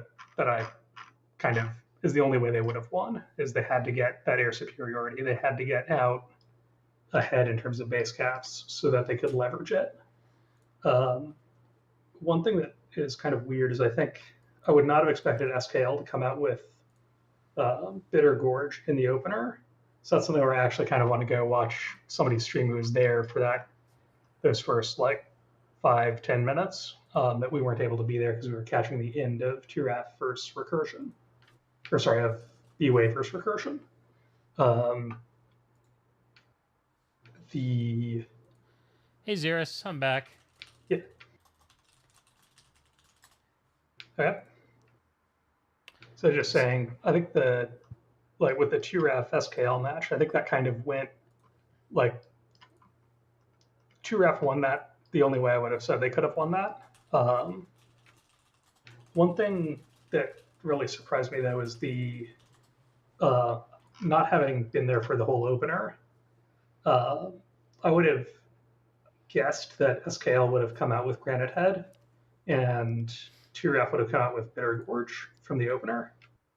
And the fact that that was flipped is really interesting.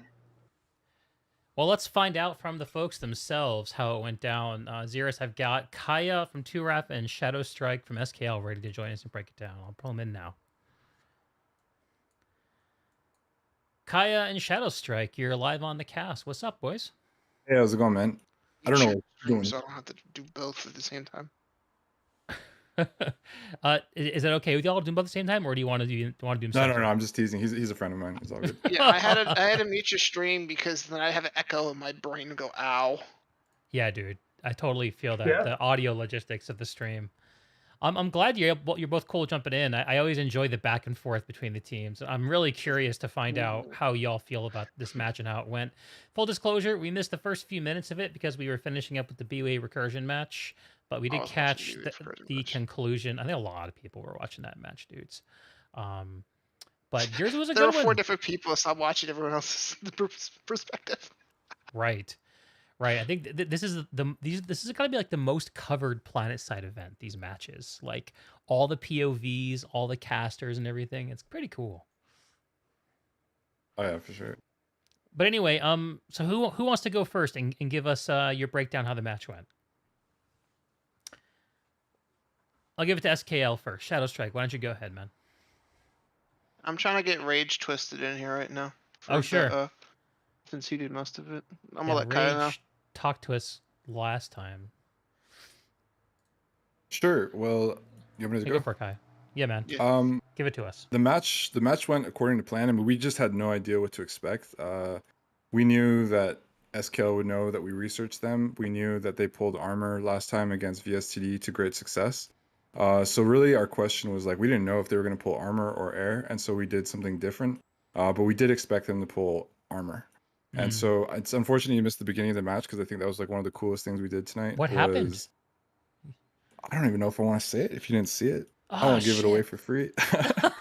No. But watching like a third of it was what's happening. It was fun. Between both. Essentially, we went to their home bases first, and we set up stuff to delay their armor, which kind of worked. Oh, interesting. Okay, okay. Tells about that.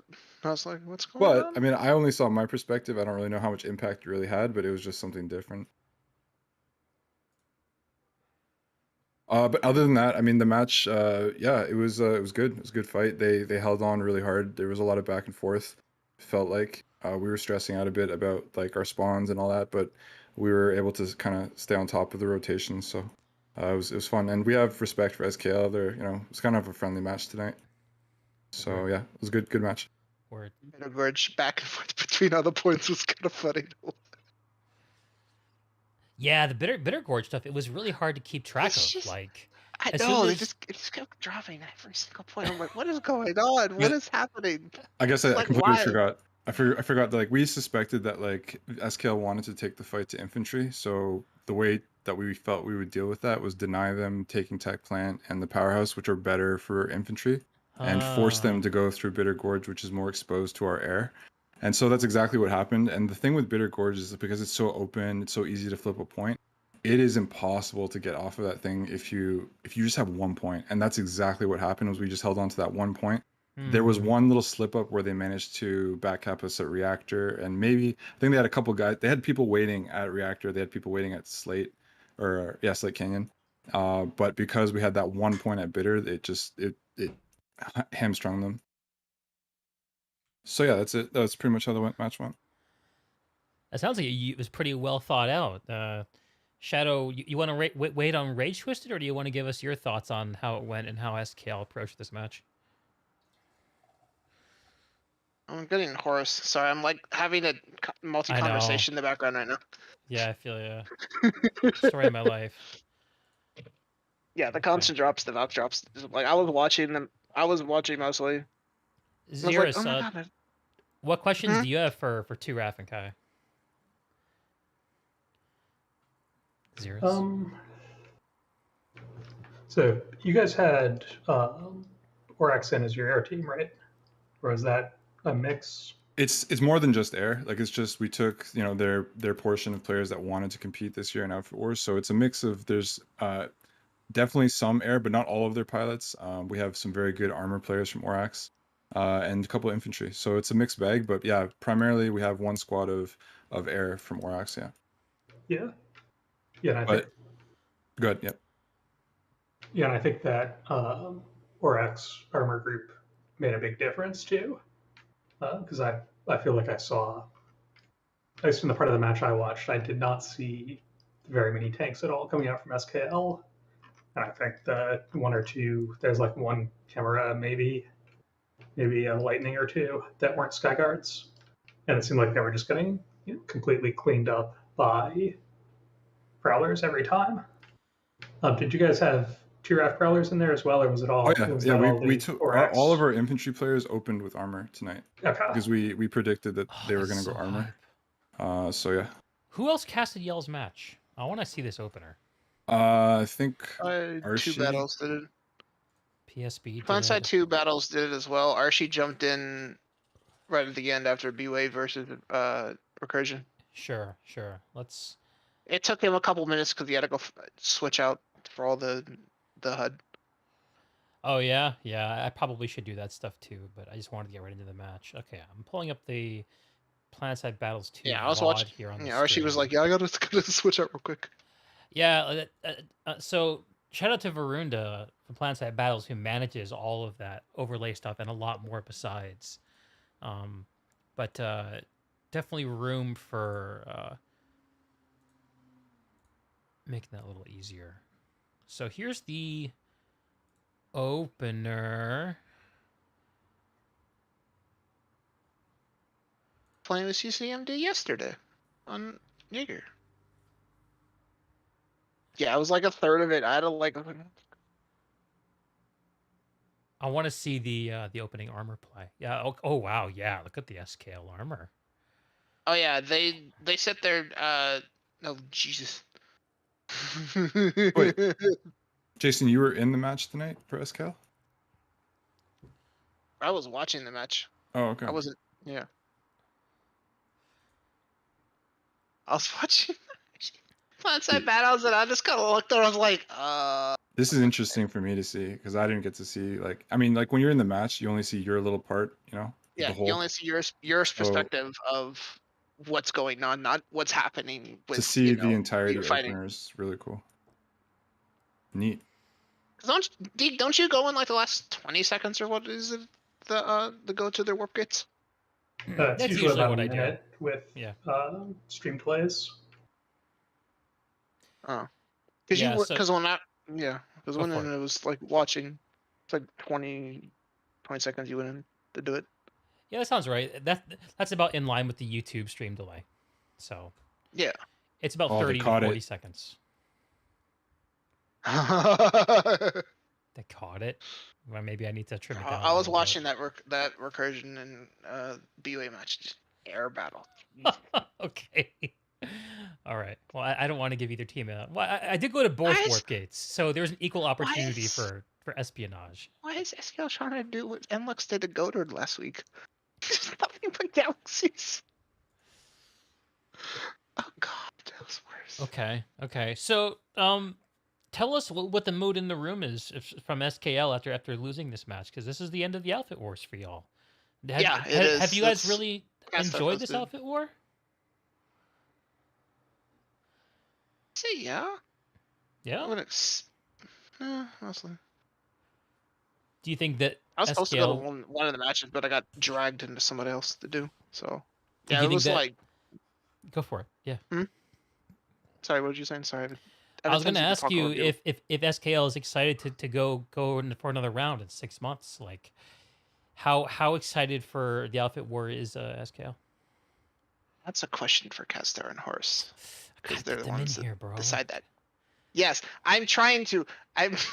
All right, how can Calamity's I help? I think Calamity's doing a post interview with I think Archie right now. All right. So Archie's kind of dragged him in right now. So I'm trying to go talk to Archie. All to go right, get all people. right, all right. Yeah. I mean, the PSB interviews is Archie interviews. Like, it's all good. I think I'm just happy to the chat with y'all. is finished. Okay. All right. I think because I know the first PSB one, the one that did the first match, they ended. They didn't. I don't think they did it post interview, unless they did. I will say real quick, I only kind of just learned about you, Deeg, about your streams maybe a couple Word. weeks ago, but like I really like the work you do. I think you have last match. I don't know. I feel like you asked good questions, so good job. Keep it up. Yeah, I was watching a lot of your post interviews from the other matches. Cool. You did a really good job. I really appreciate actually that watched feedback. your stream to research SKL. It was very informative. The streamer asking the probing questions and the competitor learning from it. That's not something I give a lot of thought to. Dude, people don't know T-Rap, man. They don't understand. But yeah, we'll find anything that's out there. I love the high effort, actually. That's part of what makes Planet Side such an interesting game. From the outfit leaders just decide. That's their job. For sure. I'm just a lonely bro dude. I'm not a leader for SKL. Yeah, so maybe I'll turn the question on you, Kayaa. How is T-Rap feeling going into the semifinals? We're super excited. I mean, I will just say, like, we were happy just to get into playoffs because a lot of effort's gone into this. A lot of effort goes into outfit wars for all outfits. Like, Yeah. that's why I kind of think it's a shame that there's no reward for just anyone that participates, because people book off time. Dude, 6 weeks, 7 weeks in, like, that's a lot, right? To give up your Fridays, Saturdays, and you never know. Yeah, go ahead. Go ahead. No, you good. I was gonna say, even if you don't get into the playoffs, it's still 4 weeks, and all the prep that goes into it. It's a tremendous amount of time. For sure. So it's a dedication. My one thing is that I do think like there should be something for people that participate. Like I don't know. Last year was the knife, right? And that's just cool because you feel good because you got something out of your effort. But anyway, just to answer your question, like we're super happy just to get to playoffs for the the banner. Like it means different things to different people, but we're happy at least to give our members that. And now it's just like we said, everything else after that, it's gravy. Like we're just gonna do our best and just however we end up. So I'm just happy. The whole team's happy just to be in the bronze match at the very least. Like regardless of the outcome next week, I believe, as far as I understand, we're in the bronze match. But so yeah, we're just super happy with how we've done this year. And I will just say a lot of people again, they said, oh, like because of the format change, you guys are gonna suck and all that. And like we're just happy to, we made it to the finals. We're here, and I think we've done better than people expected. So that's all you can ask for. Nice, good for y'all. I'm so glad they fixed the hitching. Oh, absolutely, 100%. I am so glad because I was in a few of the matches with Goder and it was like bad, like because our match versus 1TR was like completely just horrible. It's a different game without the hitching. Yeah. Like you're like, okay, we're engaging here, and then like 10 seconds later, they're like right in front of you, you already crashed into them and killed them. And it's like, what? You can't fight. Yeah, the hitching was You realize using horrifying. shotguns is a lot easier during the hitching. My comment during the qualifiers was this needs to be fixed before the playoffs. And credit to RPG, they fixed it. Yeah. Yeah. Would have been Have better if they you, had fixed it ahead of time, but you know. Deke, have you played at all in any matches for this? Oh tournament? man, I wish. No, No? I actually had the opportunity to play with Hell's Angels. I had the opportunity to play with KN1, but I decided that casting the matches would be more interesting for me than playing. them. Gotcha. Yeah. Sick, man. Your POV. A lot of people did. Yeah, I did. it's not so much that I actually find casting the matches to be more personally enjoyable than playing in them. Because yeah, I mean I like playing Planet Side a lot, but how often do you get to do this? Do you get to watch something like this and talk to the people like I'm talking to y'all? Like if I was playing in the match, I would be having a great time with a big group of guys, and it would be really fun. But at the end of the day, I would go back to just doing my streamer thing, and I wouldn't necessarily be like an ongoing part of those crews. I'm sort of like an extra warm body for them. So I like to let an extra person to help on the battlefield against the opponent. Yeah. So I just decided, I'm gonna let the people who are proud to wear those tags represent them in the outfit war, and I will watch them do it. What did you think of the matches going on so far? I have really enjoyed how textured they are, because I was very worried going into the outfit war that we would see a very monochromatic meta emerge, that we would see basically just everyone rolling around in big air balls and hot dropping and that winning the whole continent. But we've seen very different kind of play. I'm not sure how much bases of the are different. Yeah, the bases are different. I'm not sure how much of the Recursion BWAE match you caught, but I watched the whole thing. Recursion is just putting on. They're playing their own game in this outfit war, and it's really interesting to watch what they do. It was really interesting to watch how hard they lost to Gobs during the qualifiers. That was.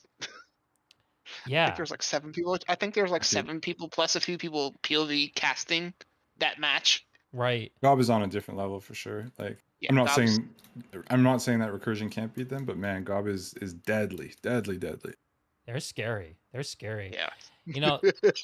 For me, like the question with Gobs is where the actual tension and drama is for me with Gobs are they going to win it? Like I don't think anyone doubts that they're going to win at this point. Question for me is like, will they still all be wearing the same tag this time next year? Like without an outfit war, is Gobs going to cohere? Because I don't know a lot about that team. I think they've sort of come together in recent times. They don't have the history of some of these other outfits like y'all or like BWAE or Recursion. There's. They have more history than you'd think. Yeah. Because they're originally a Connery outfit that came over. And I think I first heard them as because they started doing like 66 on Jaeger. Maybe a year, 2 years, year and a half ago. And then they've cohered more as a live outfit and like a Jaeger outfit than as a. They're not an Outfit Wars conglomeration. Oh yeah, totally. I didn't mean to overstate that. I'm just thinking about it compared to some of these, planet side institutions. Gobs are not. They're not a coalition, certainly, but they are kind of the new kids on the block in some ways. And they brought a lot of people this year. A lot of really good people. Yeah. I've actually chatted with expertise across the game, and they brought them into the Gobs to play for Outfit Wars. I chatted a bit with Jim, the leader of Gobs. Very humble dude. Really, really just feels like it's just important to play PlanetSide as best as they can play it. Like I think they're just an awesome group of humble, really incredibly good players. Probably not all humble. I mean, but at least the dude at the top is well spoken and humble about it. So they're like, yeah, they're not bad people to play against. Yeah, they're just scary. I'm also really happy that we're not like debating the quality of the format that much as a community. Not like last year. like with Desolation. Like I actually think that the 3-faction conflict is yo. Oh, hang on, my wife's here. I gotta receive food, I think. One sec. Oh, Continue the chatter. Yeah. Hey. When I look at who, the people Dobbs has brought in for Outfit Wars, I think it's mostly their like air and armor players. Do you have the list for the Gobs people who played this year? I've just been spying on Fisu. Of course you have. I'm the color commentator. It's literally my job. Oh yeah, in the middle of Dean talking, you're like, yeah, this is, this player's joined and he's going good, and this other person's going good. I'm like, what? Yeah, now they've got definitely a blob of like air players. They have a handful of prey folks in. They have like Delta's blob of like armor pickups guys, and that's not. Yeah. But I think they're like, and they have a handful of infantry players who aren't normally with them. But I think like the core of that team's gonna stay an outfit because they were an outfit. Mm-hmm. And they'll definitely come back next year. Like I bet there'll be some like new Outfit Wars only armor or camo or something, and everybody's gonna want it. So they'll put their best foot forward again. I'm pretty sure they'll stick around. I think a lot of outfits will come back. Yeah, and I've seen a lot of positivity around the format still. Like most I wish of the everybody complaints- got something like they did last year for Desolation, like the knife, like a camo or something, or a title, whatever. Just get something for participating in Outfit Wars. Yeah, I think most of the complaints I've seen have been more about like the ranking system and seeding and stuff more than. The But I think points and who's going to rank up, who's going to fight who, the predictions. Yeah, The predictions were like, it was like after the second match, people started predicting who's going to fight who and going down the list and started eliminating. It was like, no, I don't think they're going to fight them. Maybe they're going to fight each other. I don't want to leave while Teague is gone, but I do want to go back to my team. Dog? I'm sorry, dog. I literally just sat down to that. Teague. Oh Jesus! Oh Jesus! Oh, beautiful. Oh no! That's all good. Thank you for having me over though, dude. Appreciate it. Dude, my pleasure. Thank you so much for jumping in and telling us all about and just chatting with us. I always appreciate these chances to have contact with the great communities that make all this work. For sure, man. Just curious, what server do you play on? Mainly Emerald. Okay, cool. Yeah. What faction? Mainly Vanu. Okay, cool. Yes. But you'll see me on this week. Yeah. I'll be honest, with the Outfit Wars going, I haven't been playing much during the week because as a caster, I don't have to keep warmed up really. Yeah. Just you can just play whenever you want to. Take a break. Online, have fun. But I'm always playing Blindside, man. And if you check out my stream again in the future, you'll see me playing. Awesome, man. All right, guys, I get have a your good stream night. notifications. It's DJ like, Kayaa, oh look, later. Dig's live for Blindside. Where is he? Bye, Jason. I'm inviting some stream sniping. I can Bye, tell. Kayaa. Yeah, I didn't play this much for SKL, so Archie grabbed Horus and Calamity, so I watched his Discord. I'm like, no. It's all good. Yeah, well, this match was between SKL and 2F was like amazing to watch. Yeah. I'm really bummed that I didn't get the opener. The drops, the constant redeploys across the map, the coordination. I really hope that in future seasons that there's less overlapping time slots for matches, so people can watch more of them. Yeah, because they had like the first match, and then a lot of the casters are in that first match. They're not in that second match till like the first match is like almost over, and then they switch. Yeah, it's shitty. And then a lot of people don't start streaming the second match till like halfway through it, and then we skip like the openers, the beginning, what's happening. We get to like right in the middle, like right before the climax of it, and then it's like, okay, so what happened in the beginning of it? Word. Yeah. That would be nice. I mean, I kind of get that you don't want to take too many people off of live planet side during prime time hours. Like, I get that. Oh, yeah, that makes people mad when you take them off of prime time. Yeah, but I think it's go ahead, Jason. Yeah, I think it's more about not pushing the matches too late server time. Because Mm. I mean, A lot of people don't stay on that late. yeah, because that like the 30 add 20 minutes, add 45 minutes, you're getting to like 11-ish. nah, not quite that late, but it's like 9:45. I'm being A reminded lot that of people end their 35. operations about like 10:30 at night during prime time. Some people Yeah, stay till like 11. So So if they tried to do a kickoff at 9, it would be pushing it late for a lot of teams, I think, I especially got to on interrupt Connery. here. I'm being reminded that the recursion folks you want to interview have another match coming up, so I want to go ahead oh, and that's right. They have the get the Connery match recursion coming up. interview going Right. with alongside BWAE. We're gonna pull them in. Shadow, thanks for dropping in. I really appreciate you giving us Am I SKL allowed to change side my of it. name for profile? Yes, I What am. should I call you? Jason. Jason? Yes. Well, Jason, it's been nice to meet you. Hope we talk again soon. Yeah, I didn't ever just pick this match. I was in the last Goater match. Did you cast the last Goater match between us and I actually missed all of Goater's matches. Oh. Jason, I want to thank you for dropping in, keeping the chat fun, and giving us your perspective, even though you didn't play in the match. Great game to SKL. Awesome season of Nexus. And I look forward to see what y'all do the next time we come back to Outfit Wars. I guess I'll probably participate next year. Because I know that they did that Desolation, so Rage has been kind of leading for Outfit Wars, so... Word. You know. They'll take their time, they'll calm down, take breaks, but I think they'll start up again next year.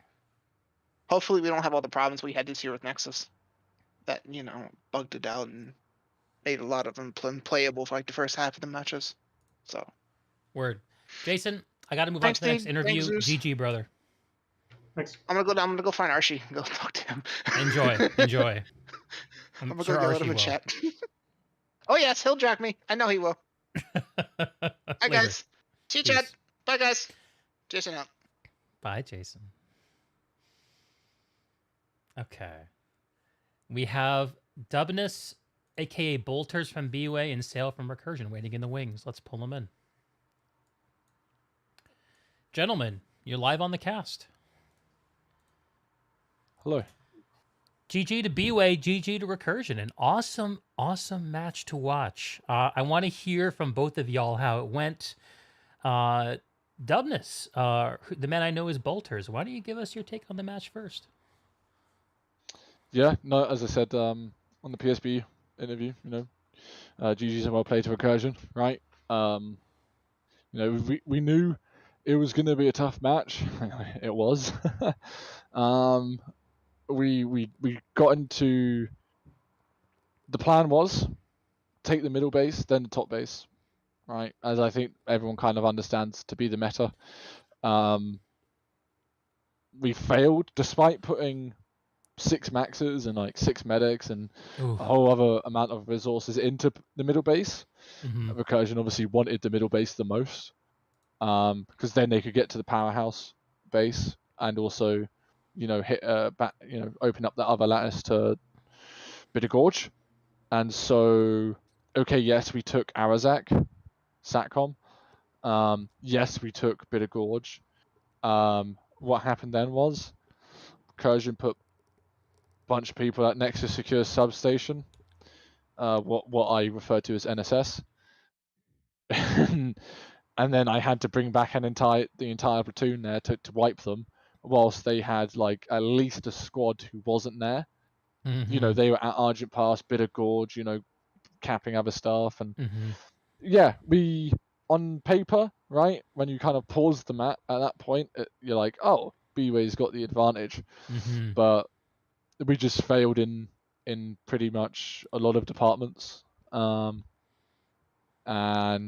we knew that they had a Sunderer set up, right? Because they set up the Sunderer already at the powerhouse base during the opener, right? So we knew that their plan was middle, bottom right, or whatever it is, and then to the warp gate base, because we expect them to go for the throat because they don't want to have to deal with air too much. Hence all the sky guards and burster maxes, etc. So we knew how it was going to play out. We just failed in stopping it from happening.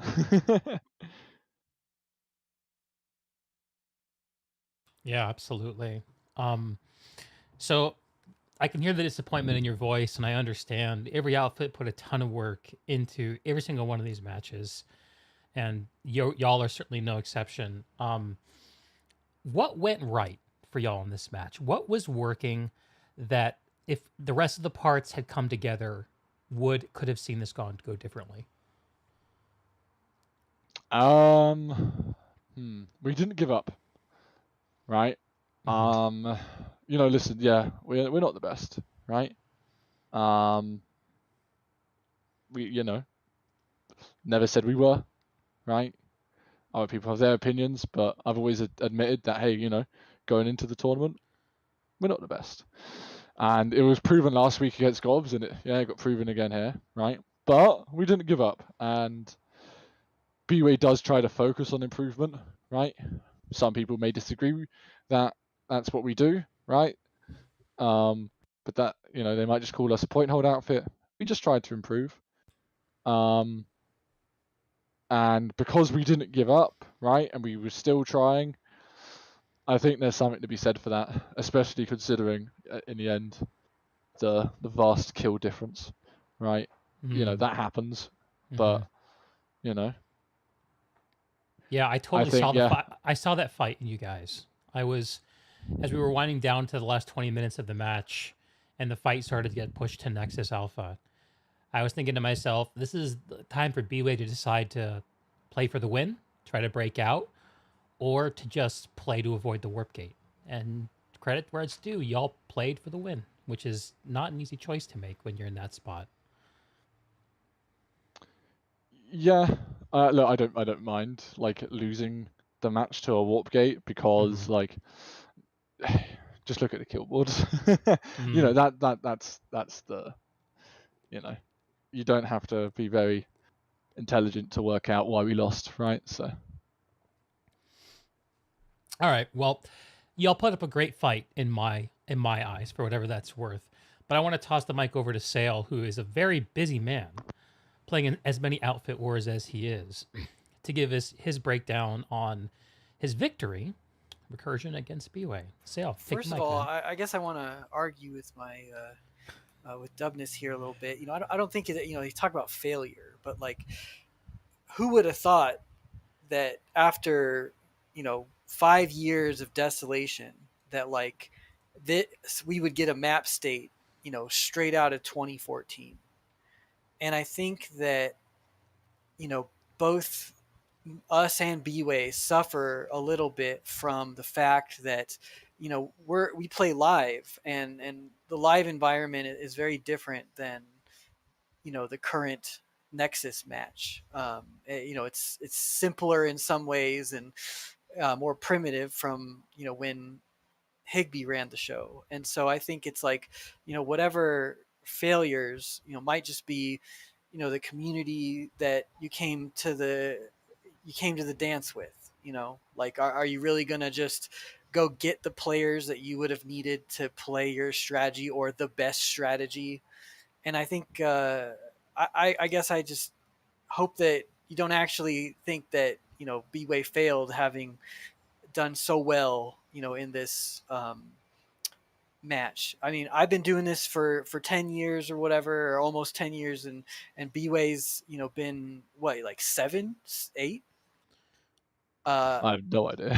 Yeah, so I think that people need to realize just that there's so much experience and passion for PlanetSide 2 that was on the BWAE team, and I hope that they're proud of the fight they put up. And I don't even have to say anything about our strategy because he literally said it exactly how it happened, and so just shows how good of a leader he is.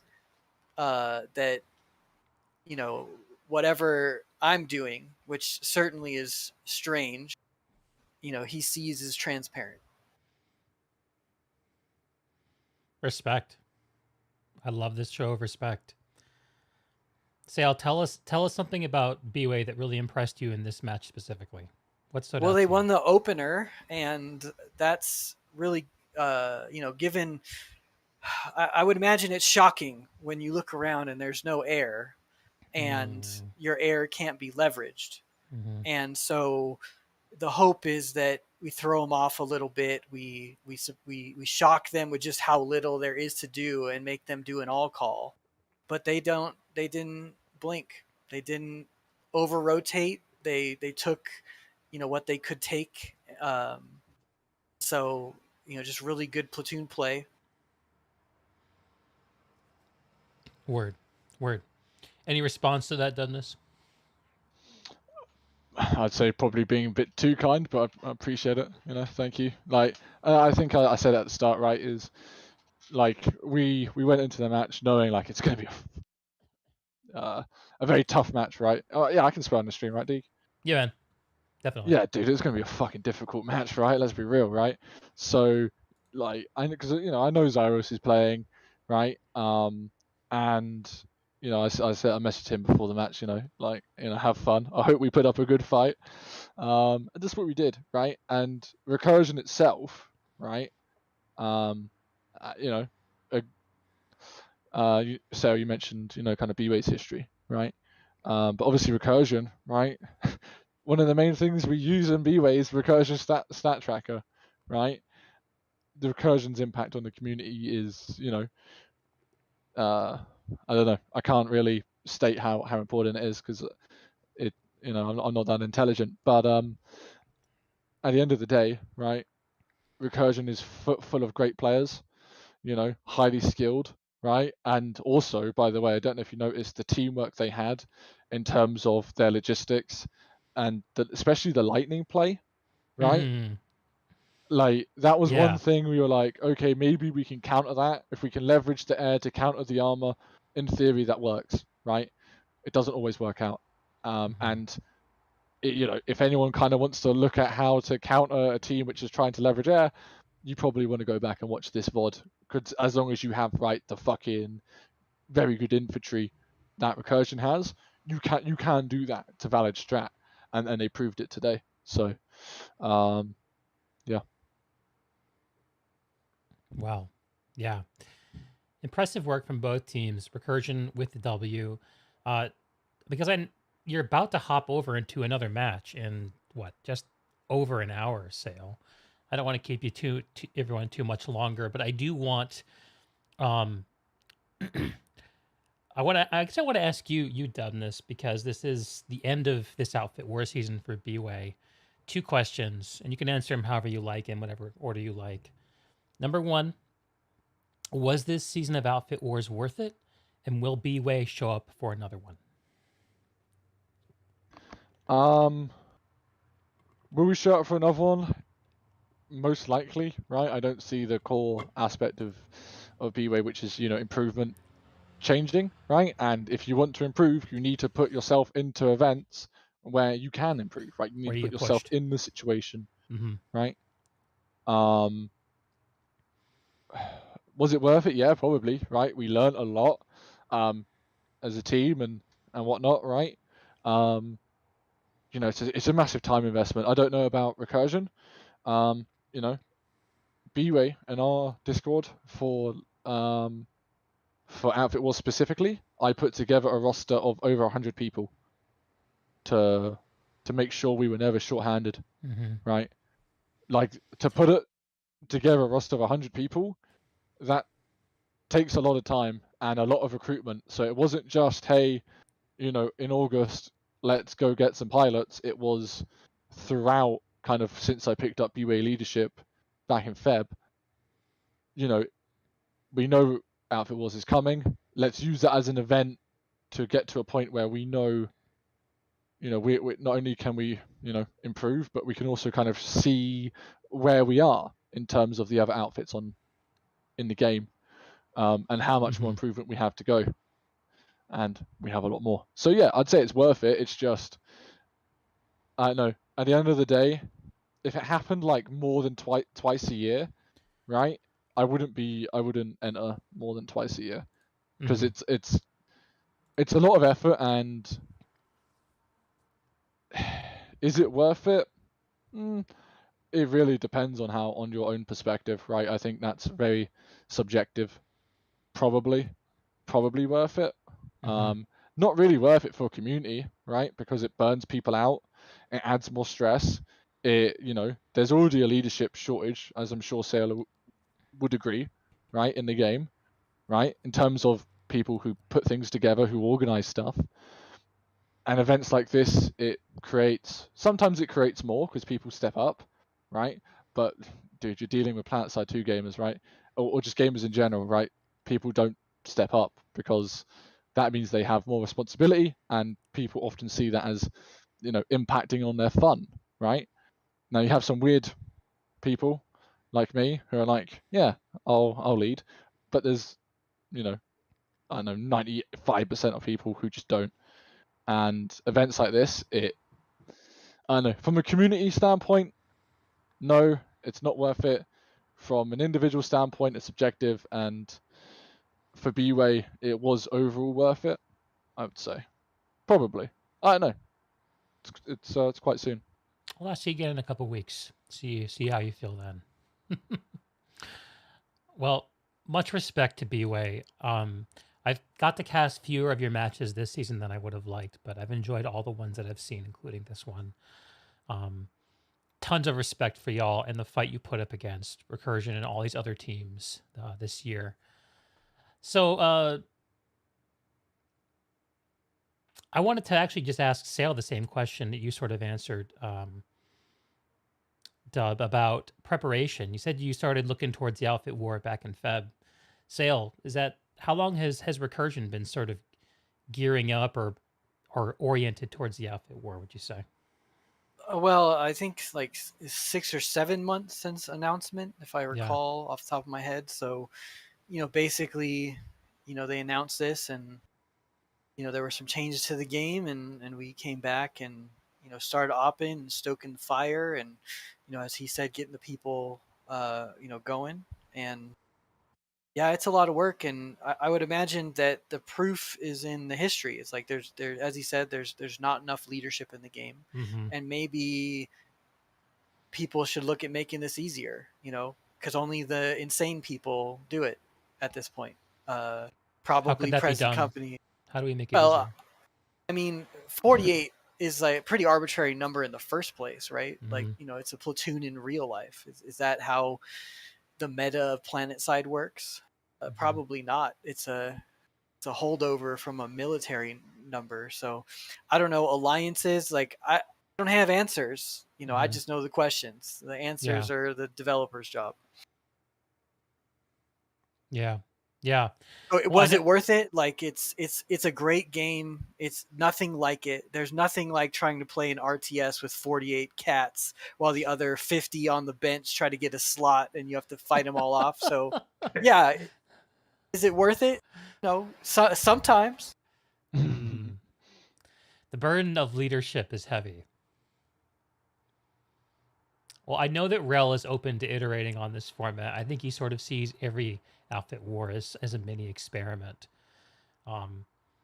And maybe we'll get to see versions of this format that require less bodies and less leadership. I'll be interested to see how the community engages with that, whether it's different. One of the major things that both of y'all have alluded to is burnout. And I wonder... I think that burnout makes sense. It's very easy to see if you're one of these outfits and all of a sudden all your friends have stopped playing, or they're all playing a different game. But if you're on the outside of this, like I am, it's a little harder to see that burnout. How do you think burnout affects PlanetSide between the outfit wars? Well, I think it's a little deeper. So, for instance, this gameplay doesn't play like live, and live play is different depending on, a year ago, 6 months ago, depending on what spawn changes and, the meta of live is. And I think there's a type of player increasingly that likes the competitive, the Jaeger, the Nexus stuff, and might not like live at all and is going to abandon the sandbox, for this kind of a thing. And also, how many Jaeger mains have come to live, because of this sort of middle ground between lane smash and live play. I think what's hard is that those that get addicted or those that really like the Nexus are going to go to live, and have a bad experience because fights are fundamentally less fair, because of the recent patch change to population spawn timers. It allows bigger outfits to maybe overpop a fight where the fun of Nexus is a fair fight. Does that make sense? So yeah. I You always just know worry, how many players are on the board. You can count on it.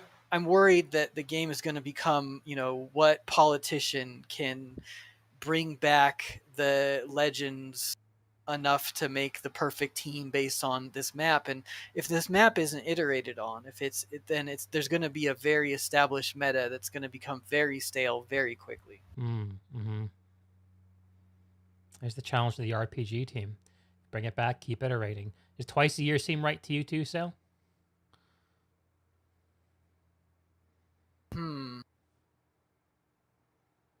That's a bit. I don't know. I guess that's fine-ish, but maybe I say once a year at least. I mean, they're doing this like once every year and 8 months, almost 2 years. So that's too long because people stop playing, they move on, and then you got to drag them back screaming because they're, luckily New World died, or I don't think I'd even have a team. So New World's coming back, man.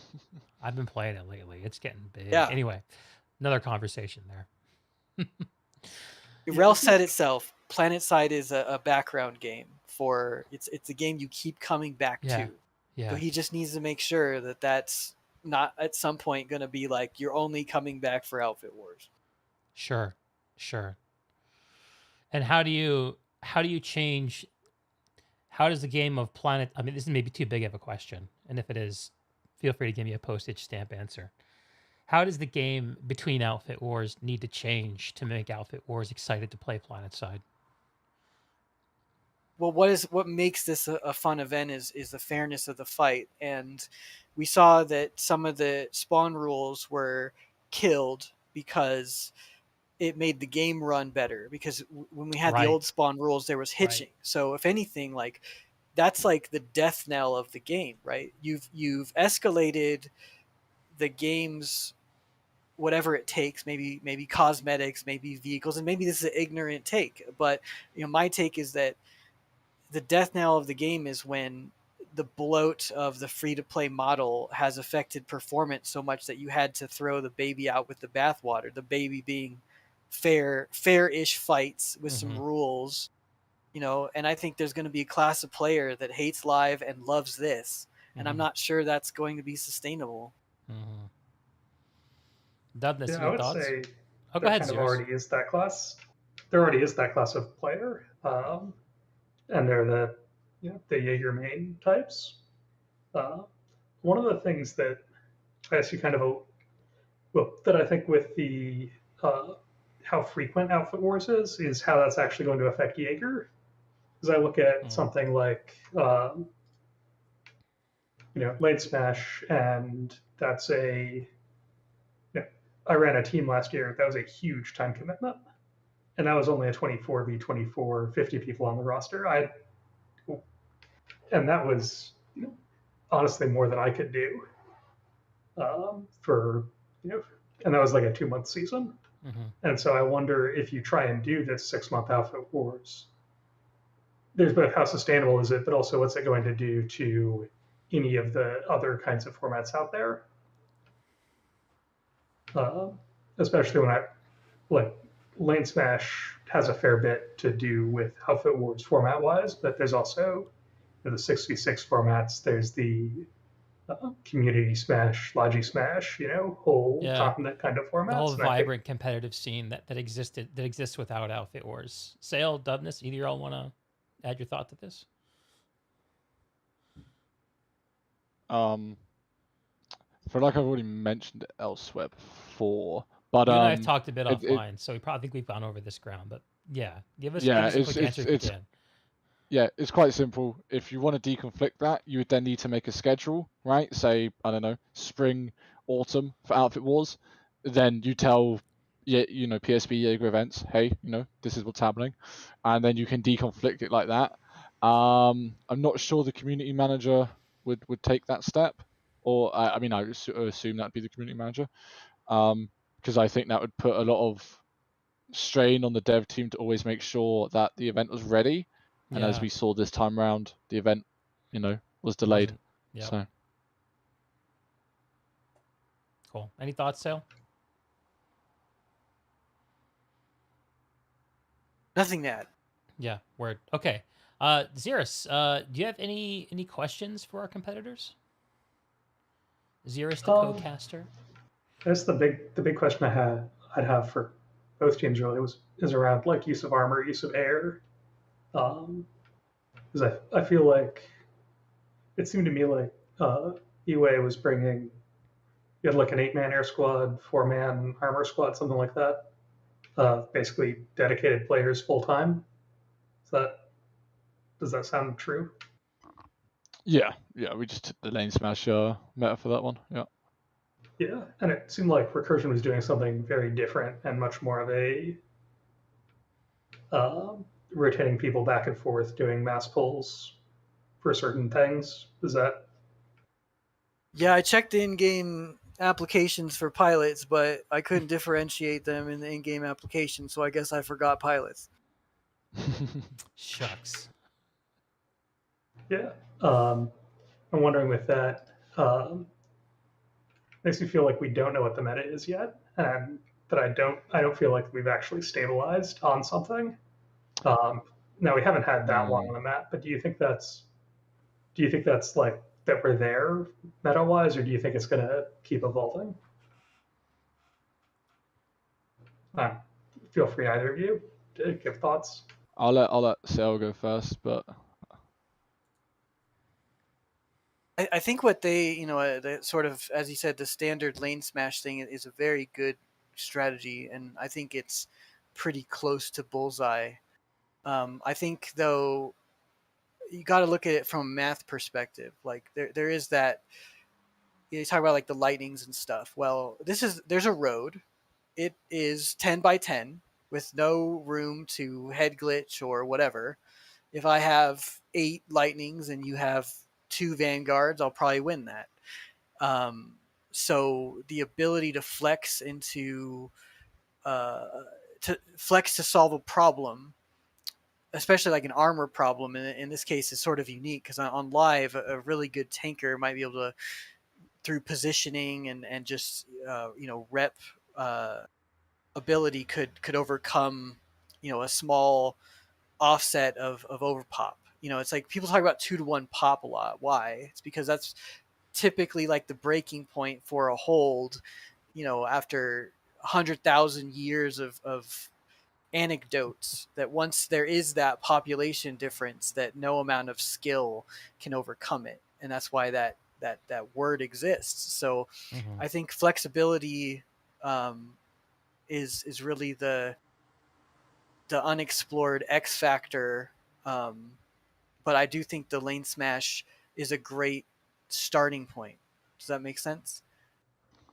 I think that makes plenty of sense. What I would say is, at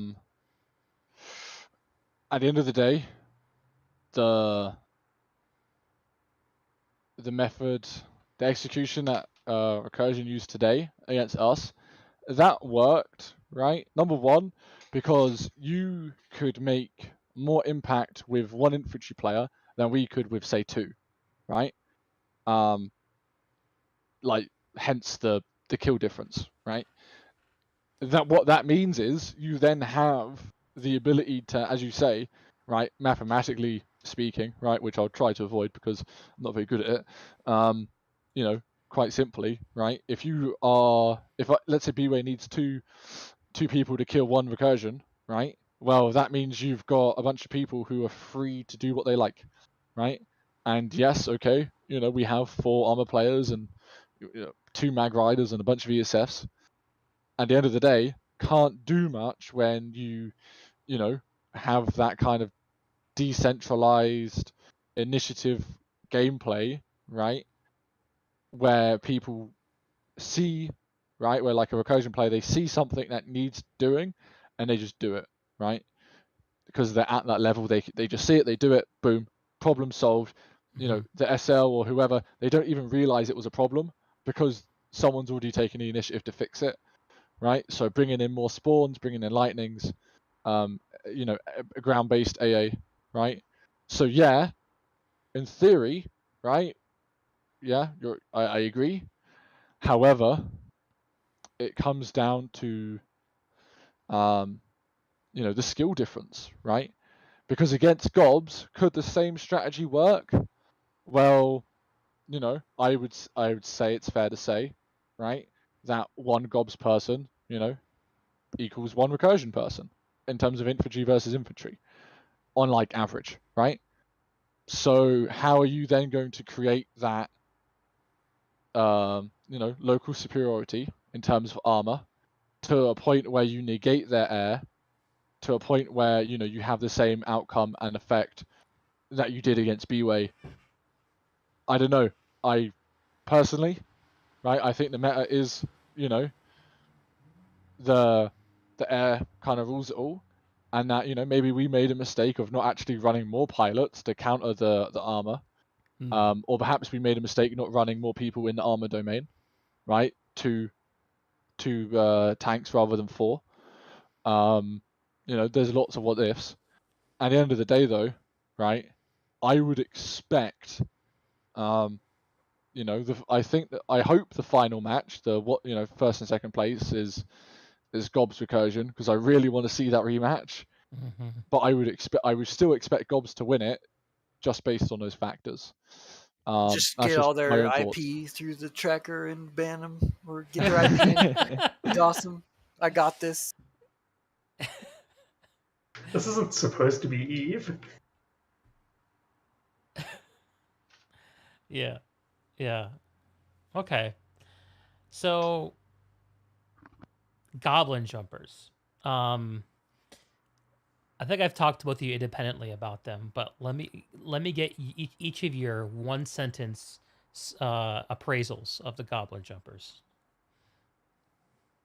Sayl, you can go first. Where you get them pilots on Gob. Dub?